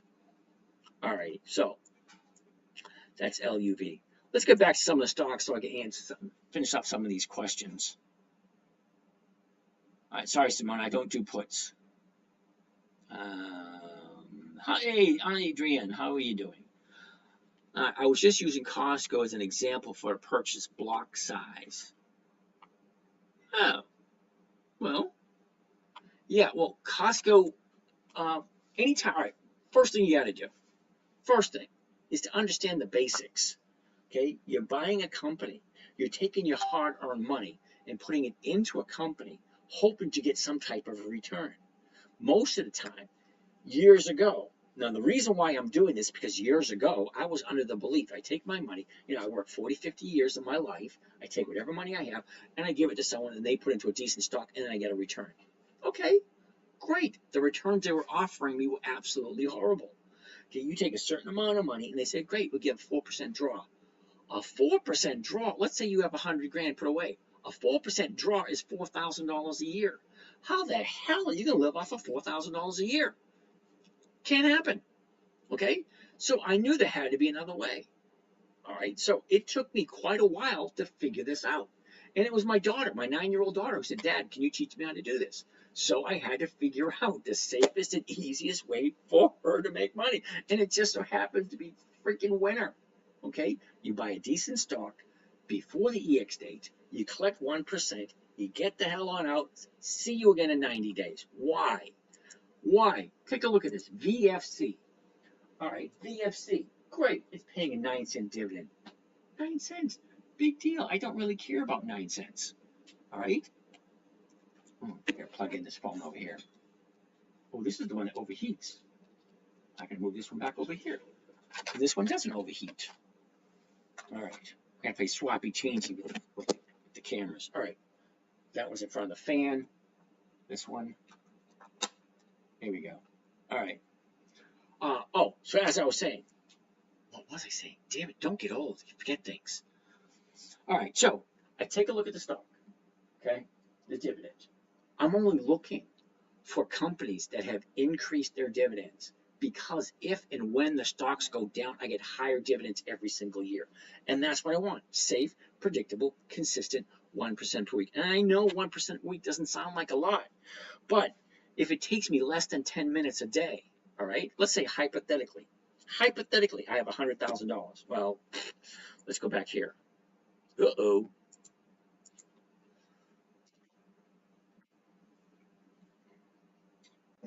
Okay, so here, 10minutetrader.com. Now, those you guys, this screen is live on YouTube, so you'll be able to see the numbers easier. Slide all the way down. I share 2 accounts, account 1, account 2. This account right here has, started out with 117 at the beginning of the year. 1% a week is a little around $1,100 a week. Okay, around $111 a week. Week number 1, okay, in January, week number 1, 2.12%. Okay, what did I buy? All right, I bought CVS, Ford, General Motors, and Macy's.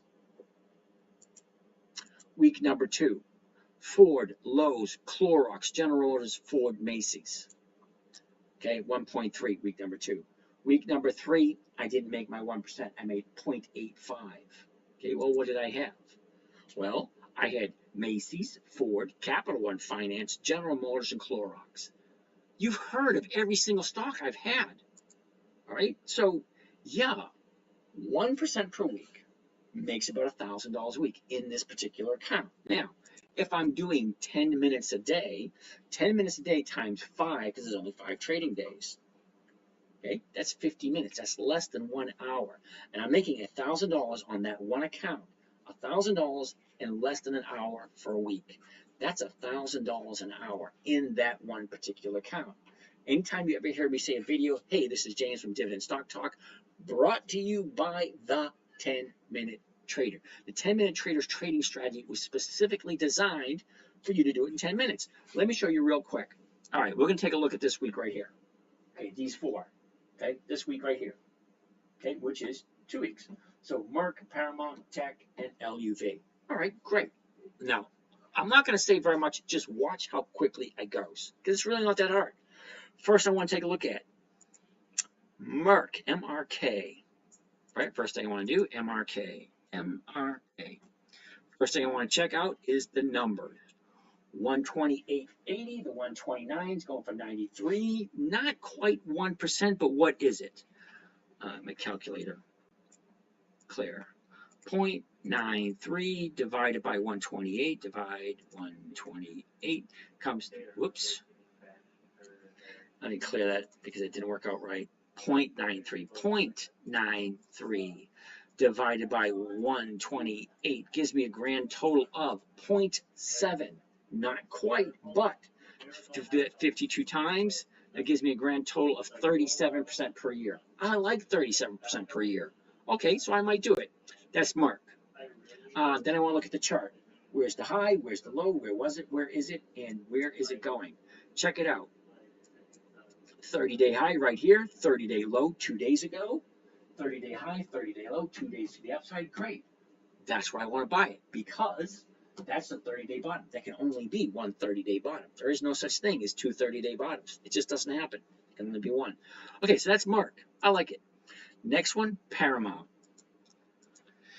P-A-R-A. Paramount. First thing I want to see, 1284. The 13 is going for 22 cents. What is 22 cents? Clear. 0.22 divided by 1284 gives me a grand total of 1.71%. Multiply that by 52 weeks. That comes to a grand total of 89% per year if I do it every week. Okay, great. I like it. Works. Now, the high, the low, where was it? Where is it? Where are we looking at the last couple of days? Okay, look. 30-day high, 30-day low right there, 30-day bottom, up, down, 3 days to the upside. There's still plenty of room to go from here all the way up to here, because here's your 30-day high. Still plenty of space. Okay, fine. That one works too. Next one, Tech, T-E-K. T-E-C-K, Tech. 51.44. The 51s are going for 1. Okay, 52 is going for 55. Great, over 1%. Now what I want to look at, your 30-day high, right there. 30-day bottom, 30-day high, pulls back, comes up, pulls back, goes to the upside. 2 days to the upside, even though today's bad side. So I probably wouldn't do this one. Okay, seriously. Okay, here's a bottom here, here's another bottom here. Up, pull back, up. And then she pulled back a little bit today. So no, I wouldn't do Tech. All right, next one. Southwest Airlines, LUV. LUV, really quick. First thing I want to see, 27.80, the 28, 35 cents. That's well over 1%. Let's take a quick gander at that. Clear that. 0.35 divided by the purchase price, 27.80. Whoops. 27.80 comes to a grand total of 1.25% for the week. Multiply that by 52 because it's 52 weeks in a year. Whoops. Damn it. Missed the 5. So I'll try it one more time. 0.35 divided by 27.80 equals 0.125 multiplied by 5. 2, here we go. 65%. Okay, yeah, I'll do that. 65%, why not? All right, first thing I want to see, where's the high? Where's the low? Where was it? Where is it? Look at where it's moving right now. Okay, high, low, where was it? Where is it? The last 30 days, right there. Okay, your 30-day high, 30-day bottom, 3 days to the upside. I'm not 100% sure if I would do this based on the 30-day. But based on the 60-day, I would, because look at the 60-day. Okay? The 60-day, look, here's the 60-day high right there. So look where it is. 3 days to the upside. Maybe I would, because it is paying me over 1%. So I just did 4 stocks in less than 3 minutes. It doesn't take that long. First thing I want to see is the calendar. You have to come up with the stocks you like. What do I start out with? I start with the Dividend Kings. Okay, 64, I think it's 64. 64 companies that have 50 years, that's 5 decades, 50 years of increased dividends. Okay, great. Dividend aristocrats, 25 years of increased dividends. I'm not just talking once in a while, every single year, year after year after year after year after year, higher and higher and higher. If you have 25 years of increased dividends, you must be doing something right. You see, the average company doesn't last more than 10 years. Okay, every new company, one in 100 will last over 10 years. And 1 in 1,000 will last over 20 years. And if you're consistently increasing your dividends every single year for 25 years, that's a quarter of a century. That's a freaking long time. So if I buy a company, if I buy LUV, okay, next year, look at this. It goes up, it comes down. It goes up, it comes down. It goes go up. What do you think is going to happen next? It's going to come down again. But what's not going to happen is they're going to decrease their dividends. So they increase their dividends year after year after year. That's what I'm looking for. But what else am I looking for? I'm looking at what can I buy it for? Okay, I'm buying at $27.80. I sell it for 28. I'm collecting 35 cents, which is more than 1%. And if it goes above 28, I get an extra 20 cents per share. That kicks it up even higher to over 2% per week. I'm perfectly okay with that.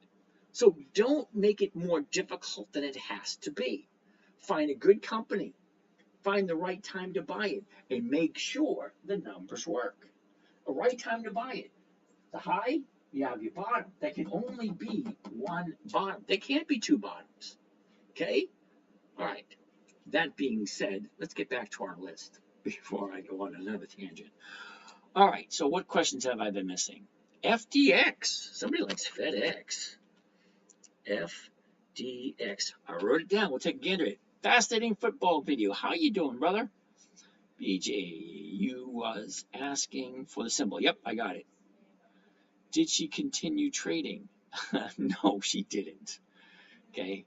Simone, you're welcome. Thoughts on JEPI? Oh, David. Dude, seriously, tell me you didn't buy JEPI. Okay, let's take a look at JEPI. David, I don't want to disappoint you, but I'm gonna. JEPI. Okay, a couple of things. Number one, JEPI is a monthly. Okay, what can I buy it for? 56.26. The 56 is going for 40 cents. Not even 1%. Not even 1%. And I got to hold it for 3 weeks. All right? Not even 1%. I got to hold it for 3 weeks. Let's find out what the percentage is. So if I'm buying it at 56.26, I sell the 56s, I'm losing 26 cents right off the top. So 26 subtracted from 40. Well, what am I walking away with? 14 cents? So what the hell is 14 cents off of a $56 stock? Gives me a grand total of 0.25. That's a quarter of a percent. So a quarter of a percent, okay, if you like that. Then it's a monthly. So that means I can only do it 12 times. So let's multiply it by 12. The maximum I'm going to make is 3%. Okay, so are you okay with 3% per year? Now I'm showing you a trading strategy designed for a 9-year-old that makes 50% per year. And you're telling me you want to do it at 3%? Well, let's go a little bit further. Okay, now let's go on over to Yahoo Finance and we'll plug it in. JEPI. Here we go. JEPI, and I want to look at historical data. Okay, looking at hey, Julie. Julie's here. Okay, so JEPI. We're going to take a look at the dividends only.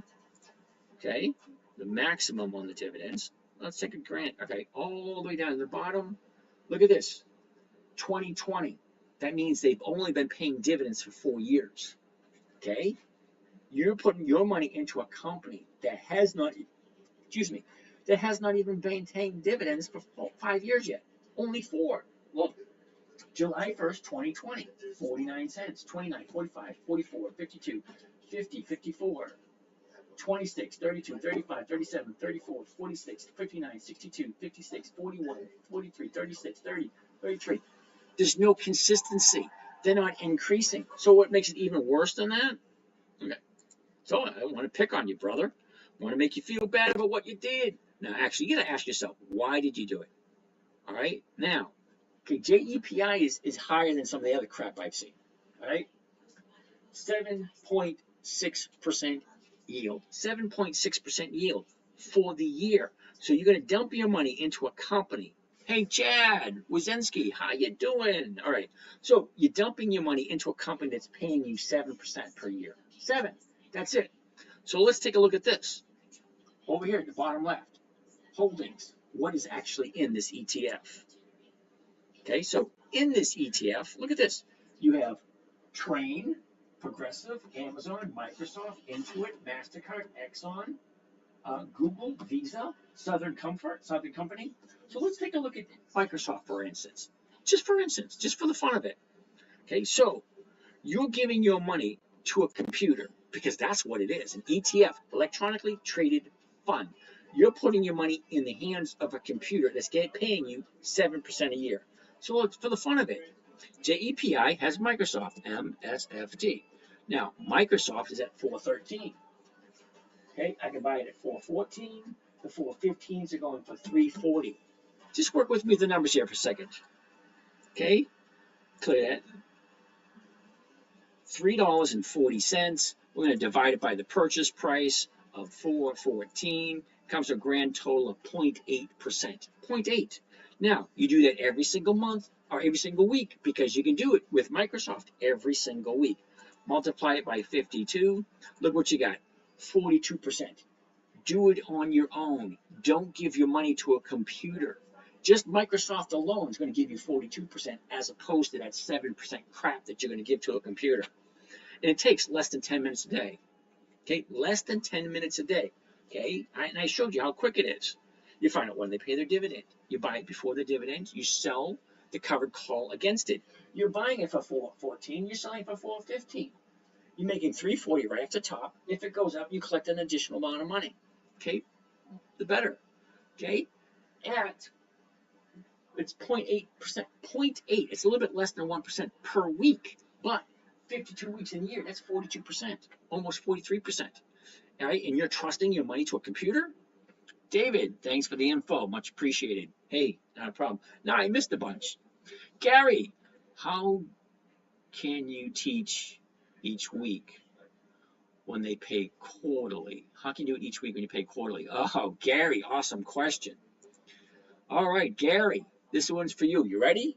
Gary, specifically for you. Hold tight. Now, Gary, there's 9,520 companies. Just for the fun of it, let's do this. All right. FinViz. I love FinViz. All right, FinViz. Here we go. Now, I'm going to show you something. Gary, now, this screen is live on YouTube. So you can pull it up on your big screen TV, sit in your comfy couch or recliner, whatever. Grab yourself a beer, some popcorn, sit back, relax. Check out these numbers. Are you ready?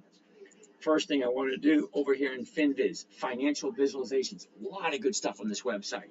First thing I want to look at right over here, check out this number, 9,521. That's how many stocks are available to trade in the stock market as of today.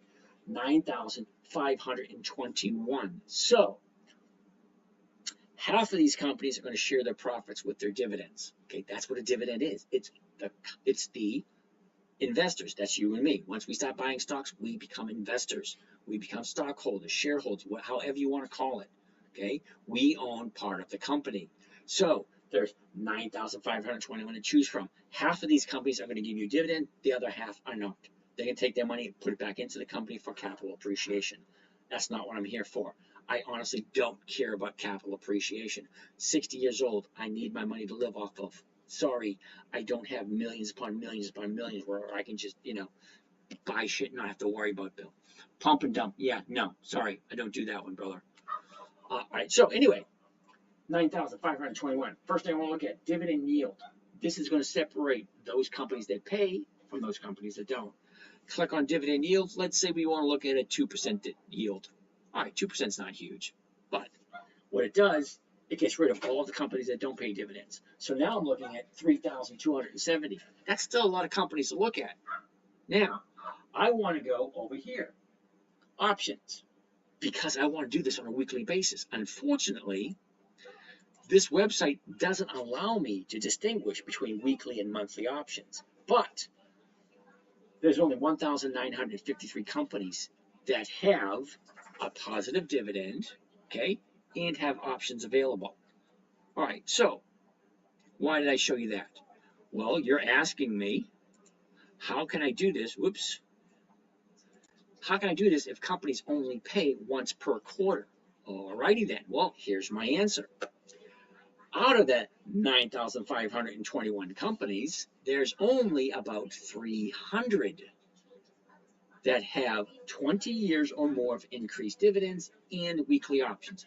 That two criteria alone, 20 years of increased dividends, weekly options. Why? I want to make sure the company's going to continually pay me dividends, increasing every single year, higher and higher.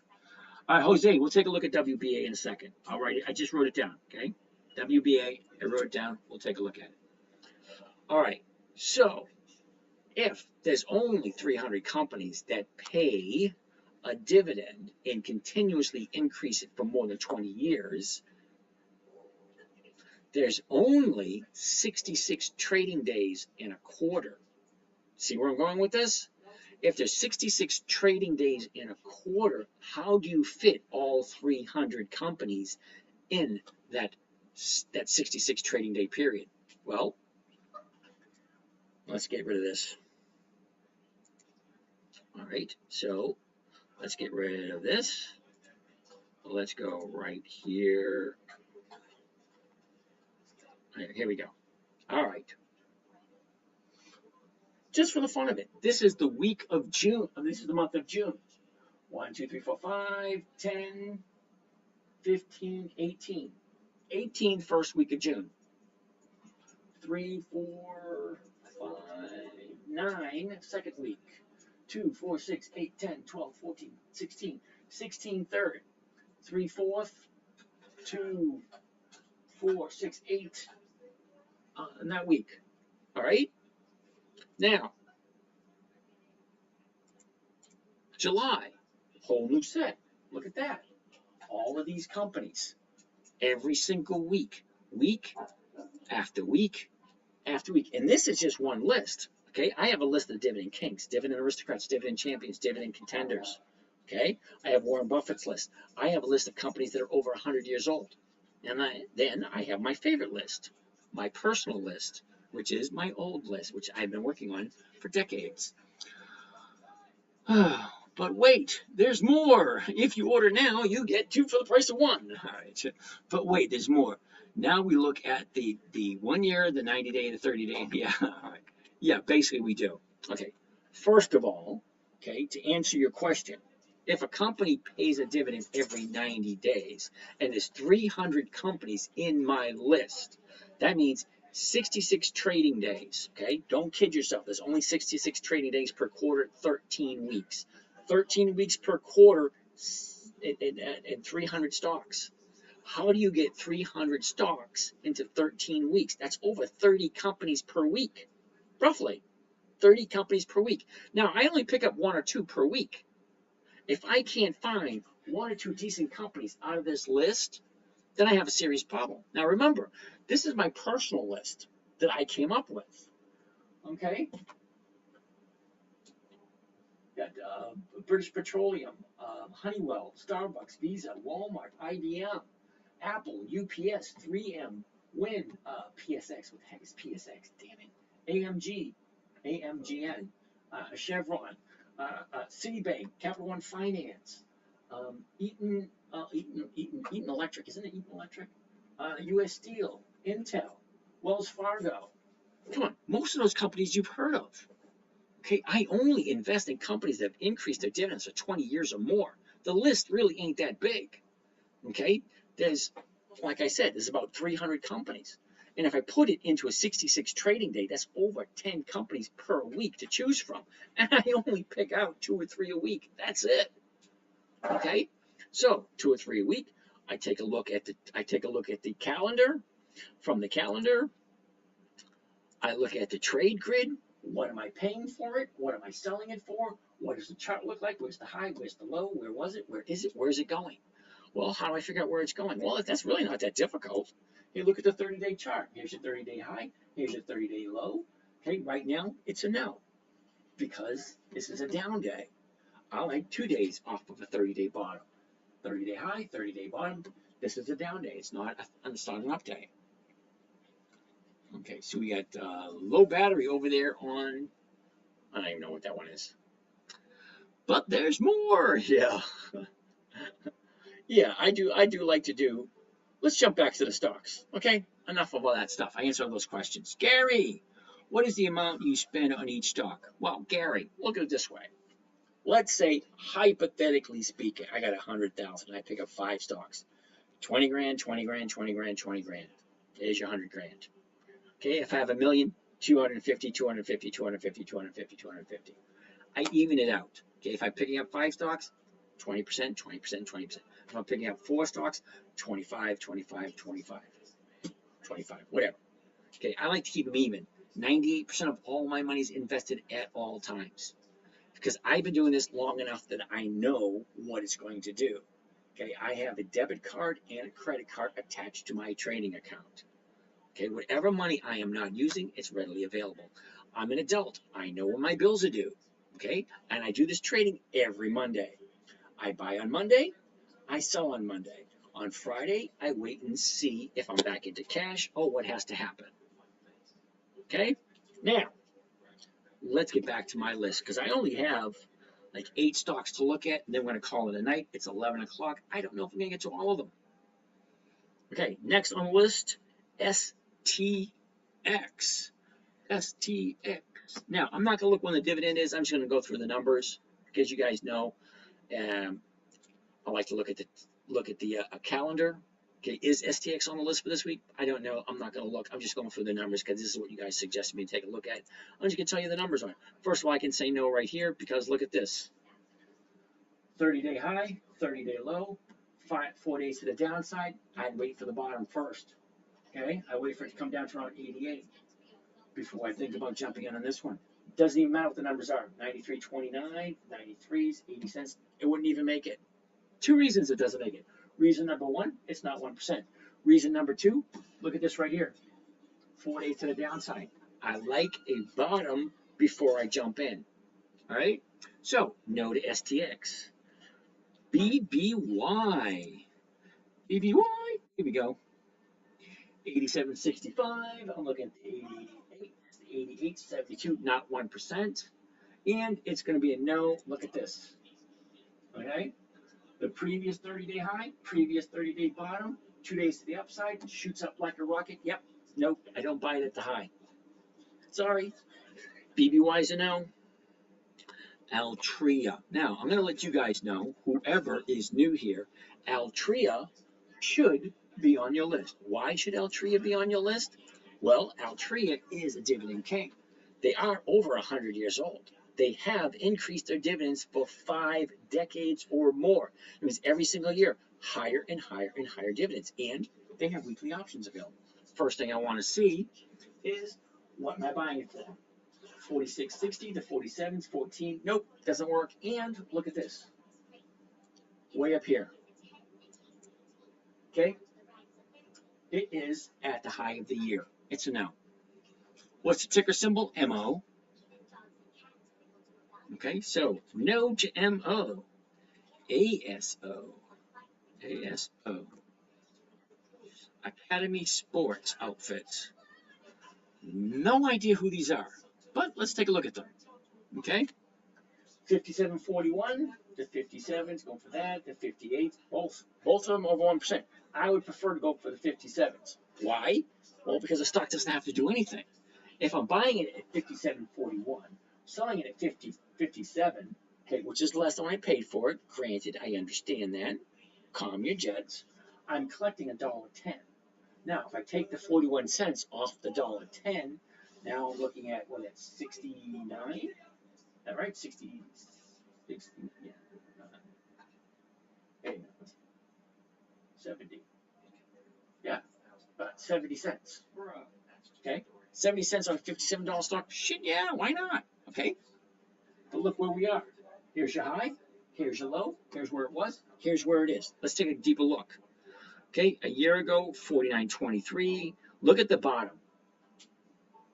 1, 2, 3, 4, 5. It's like 6 times it tried to break that 42. Okay, and it just didn't do it. So we know where the bottom is.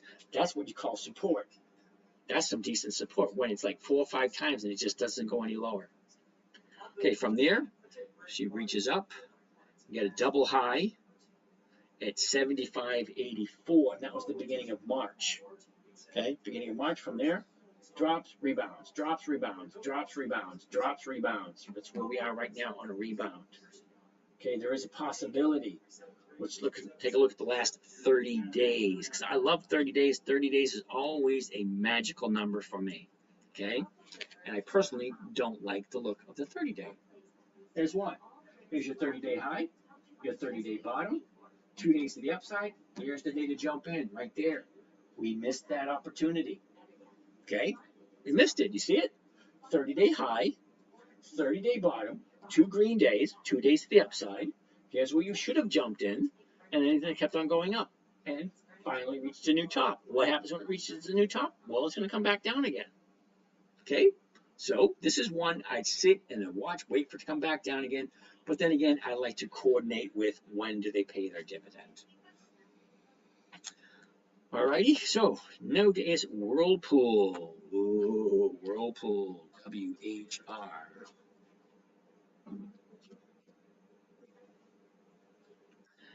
92.50, the 93s, 95 cents. That means it's over 1%. It is, and it's Whirlpool. Please tell me you know who Whirlpool is. Okay, we are all over the age of 18. We all know who Whirlpool is. Okay, I don't know if they're 100 years old, but I know they're up there. Okay, a year ago, 134.38, the high of the year, 160.62. She drops down, goes sideways for a bit, and then she continues to find its bottom a couple of days ago at 83.83. Okay, last 90 days, last 3 months, check it out. Here, she goes up, pulls back, and just keeps on dropping. Okay, look at this.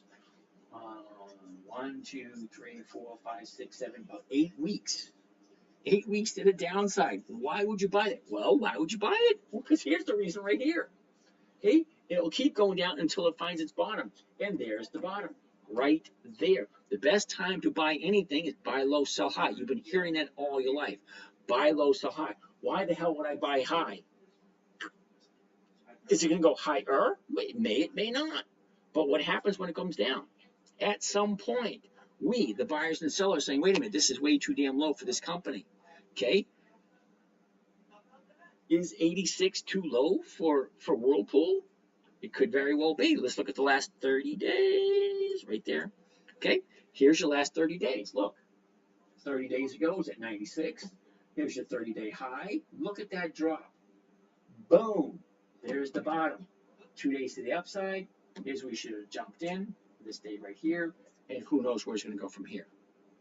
Okay, that's Whirlpool. Okay, what does Whirlpool normally do this time of year? For that, we need the seasonality chart, and that looks like this. Look, here we are. The blue line represents this year. The red line represents 10 years worth of data.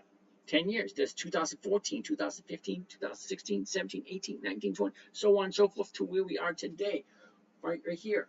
We want to look at this time frame right there. That's it. Okay, so for the next couple of weeks, there you go. Basically a flat line. Not a whole lot to brag about, but I like the numbers. Do the numbers work? That's the question you need to ask yourself. Okay, question number 1. Never buy something you don't understand or don't want to hold. Do you know who Whirlpool is? You should know who Whirlpool is. Okay, everybody should know who Whirlpool is. Do you like Whirlpool? That I can't answer for you. Okay, do you like Whirlpool enough to buy it at $92.50? And if you buy it at $92.50, look, you can sell the 93s for 95 cents. Okay, sell the 92s for $1.40. Okay, take 50 cents off of that, and you're still getting 90 cents. 90 cents on a $92 stock, that's still almost 1%. I like 1%.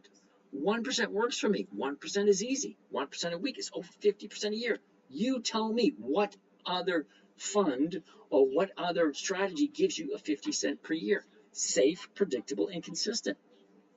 All right. 3 more and then we're done.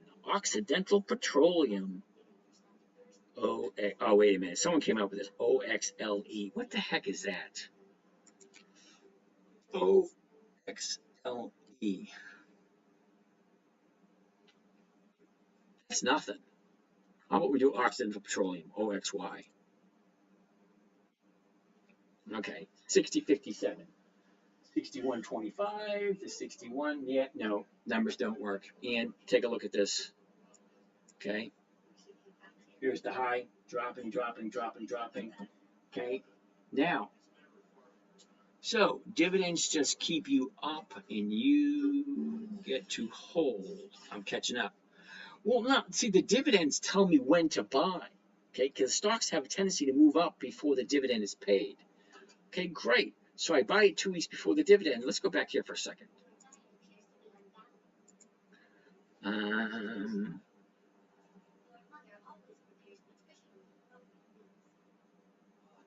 All right, let's put in MSFT.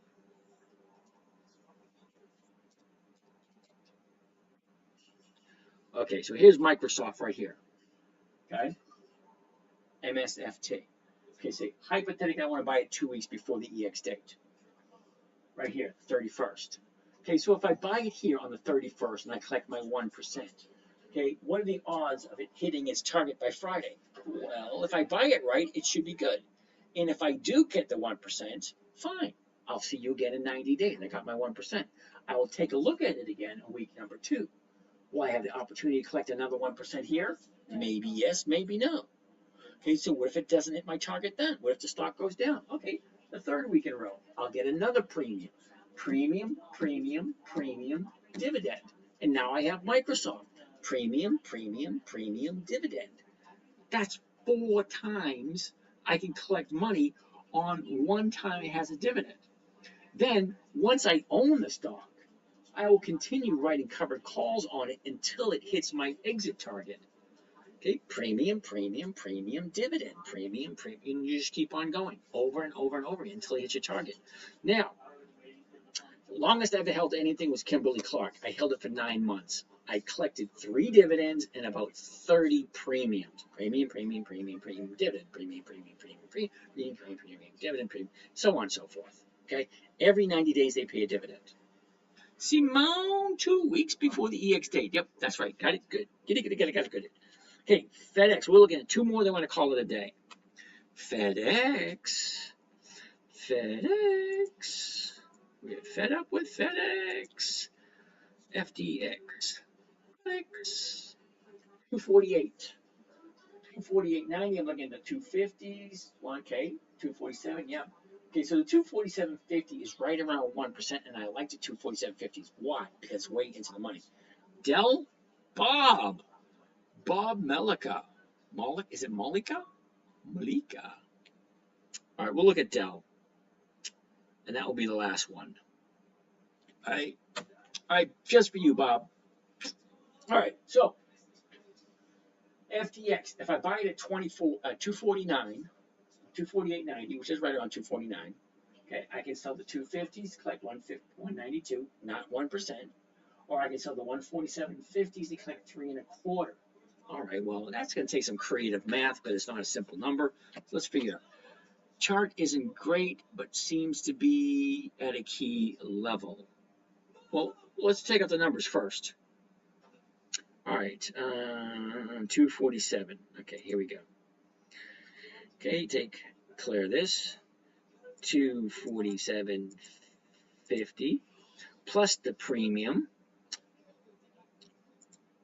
325, 3.25 gives me a grand total of 250.75. Now I got to subtract the purchase price from that, and that will give me what my profit's going to be.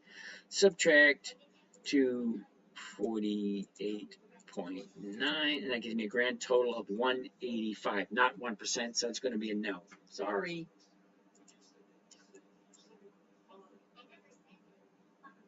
But that one could be confusing, because remember what I like to say?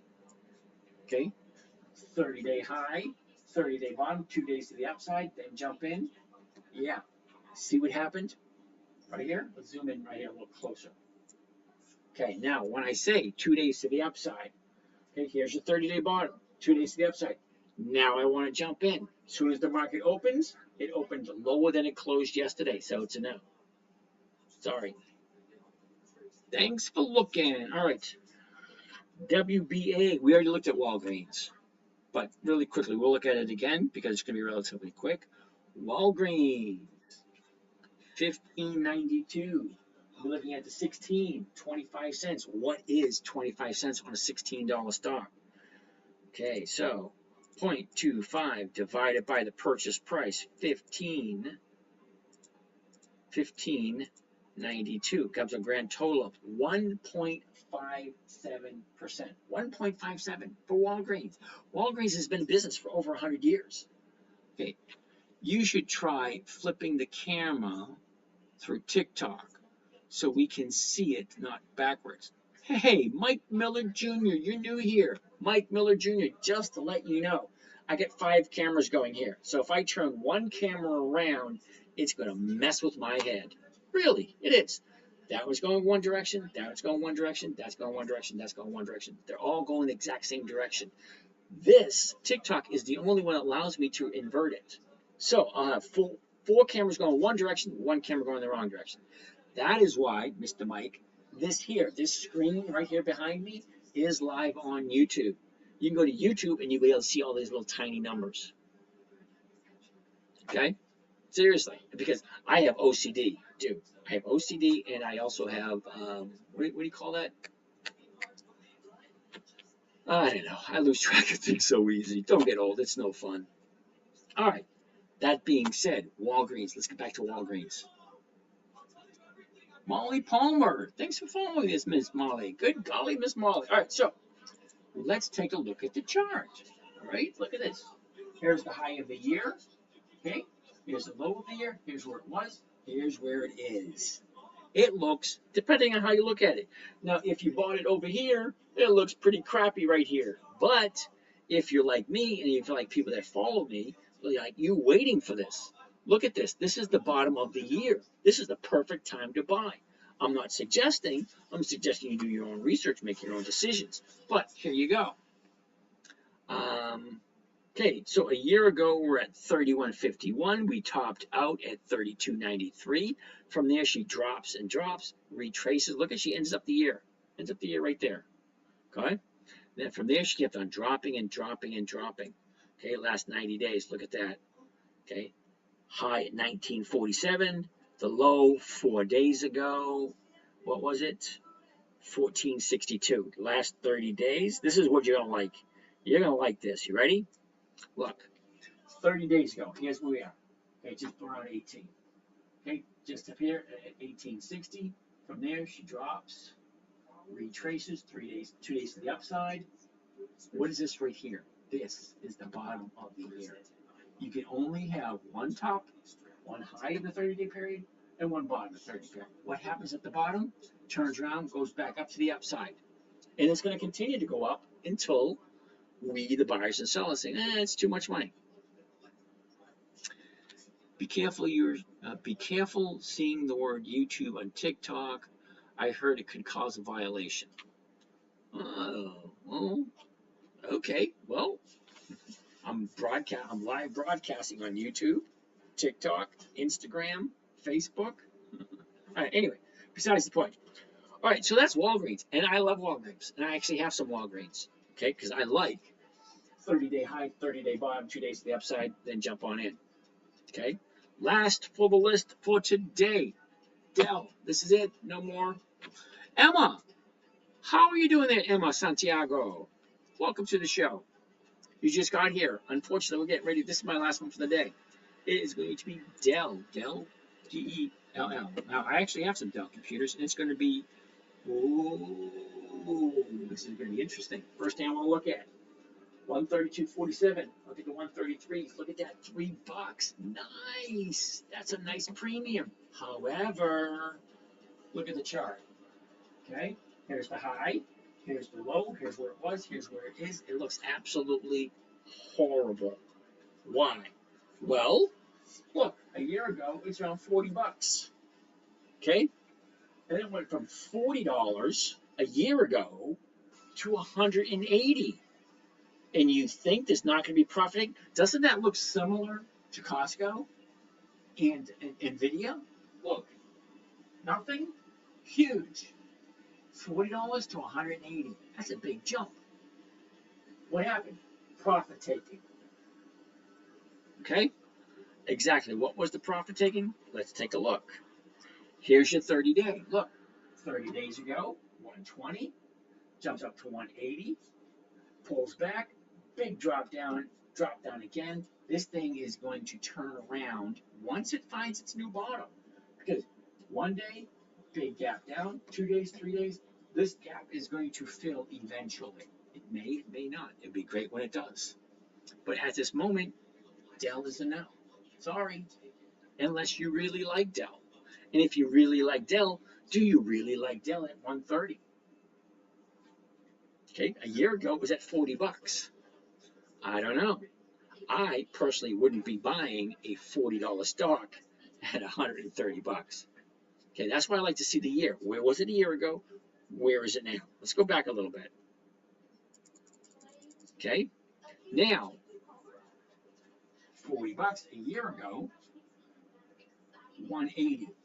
Do I really want to buy a $40 stock? Because it was 40 bucks a year ago. Now it's 180. No, sorry. The color looks good on you. Why, thank you kindly. All right. Anyway, you guys, I'm going to wrap it up. Call it a night. You guys think of some more stocks to take a look at tomorrow. For those of you on the morning trading group, now I do have a morning trading group that meets every morning, Monday, Tuesday, Wednesday, Thursday, Friday. Okay, in the morning, 9 a.m. to about 10 or 11. When we're all done with the questions. On Friday, we jump on at 3 just to make sure. Because here's the strategy. The strategy is to jump in on Monday, collect those premiums, and then have the options expire on Friday. So on Friday, we jump in at 3, take a look at all the positions, and then see what we did for the week.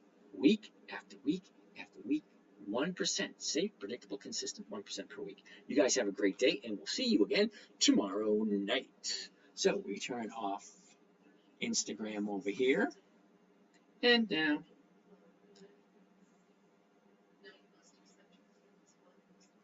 Okay, that's off. Facebook, gotta turn Facebook off. There you go. You guys have fun at Facebook. See you guys later. Okay, ending broadcast. Okay, and you guys over here on YouTube. This is the only one that overheats. I don't know why. End on YouTube. There you go. And then end on TikTok. You guys have a great day.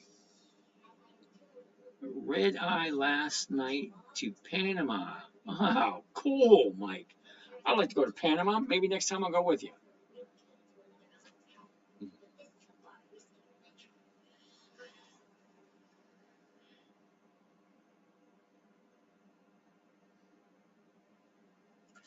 Yeah, on a flip screen TikTok live.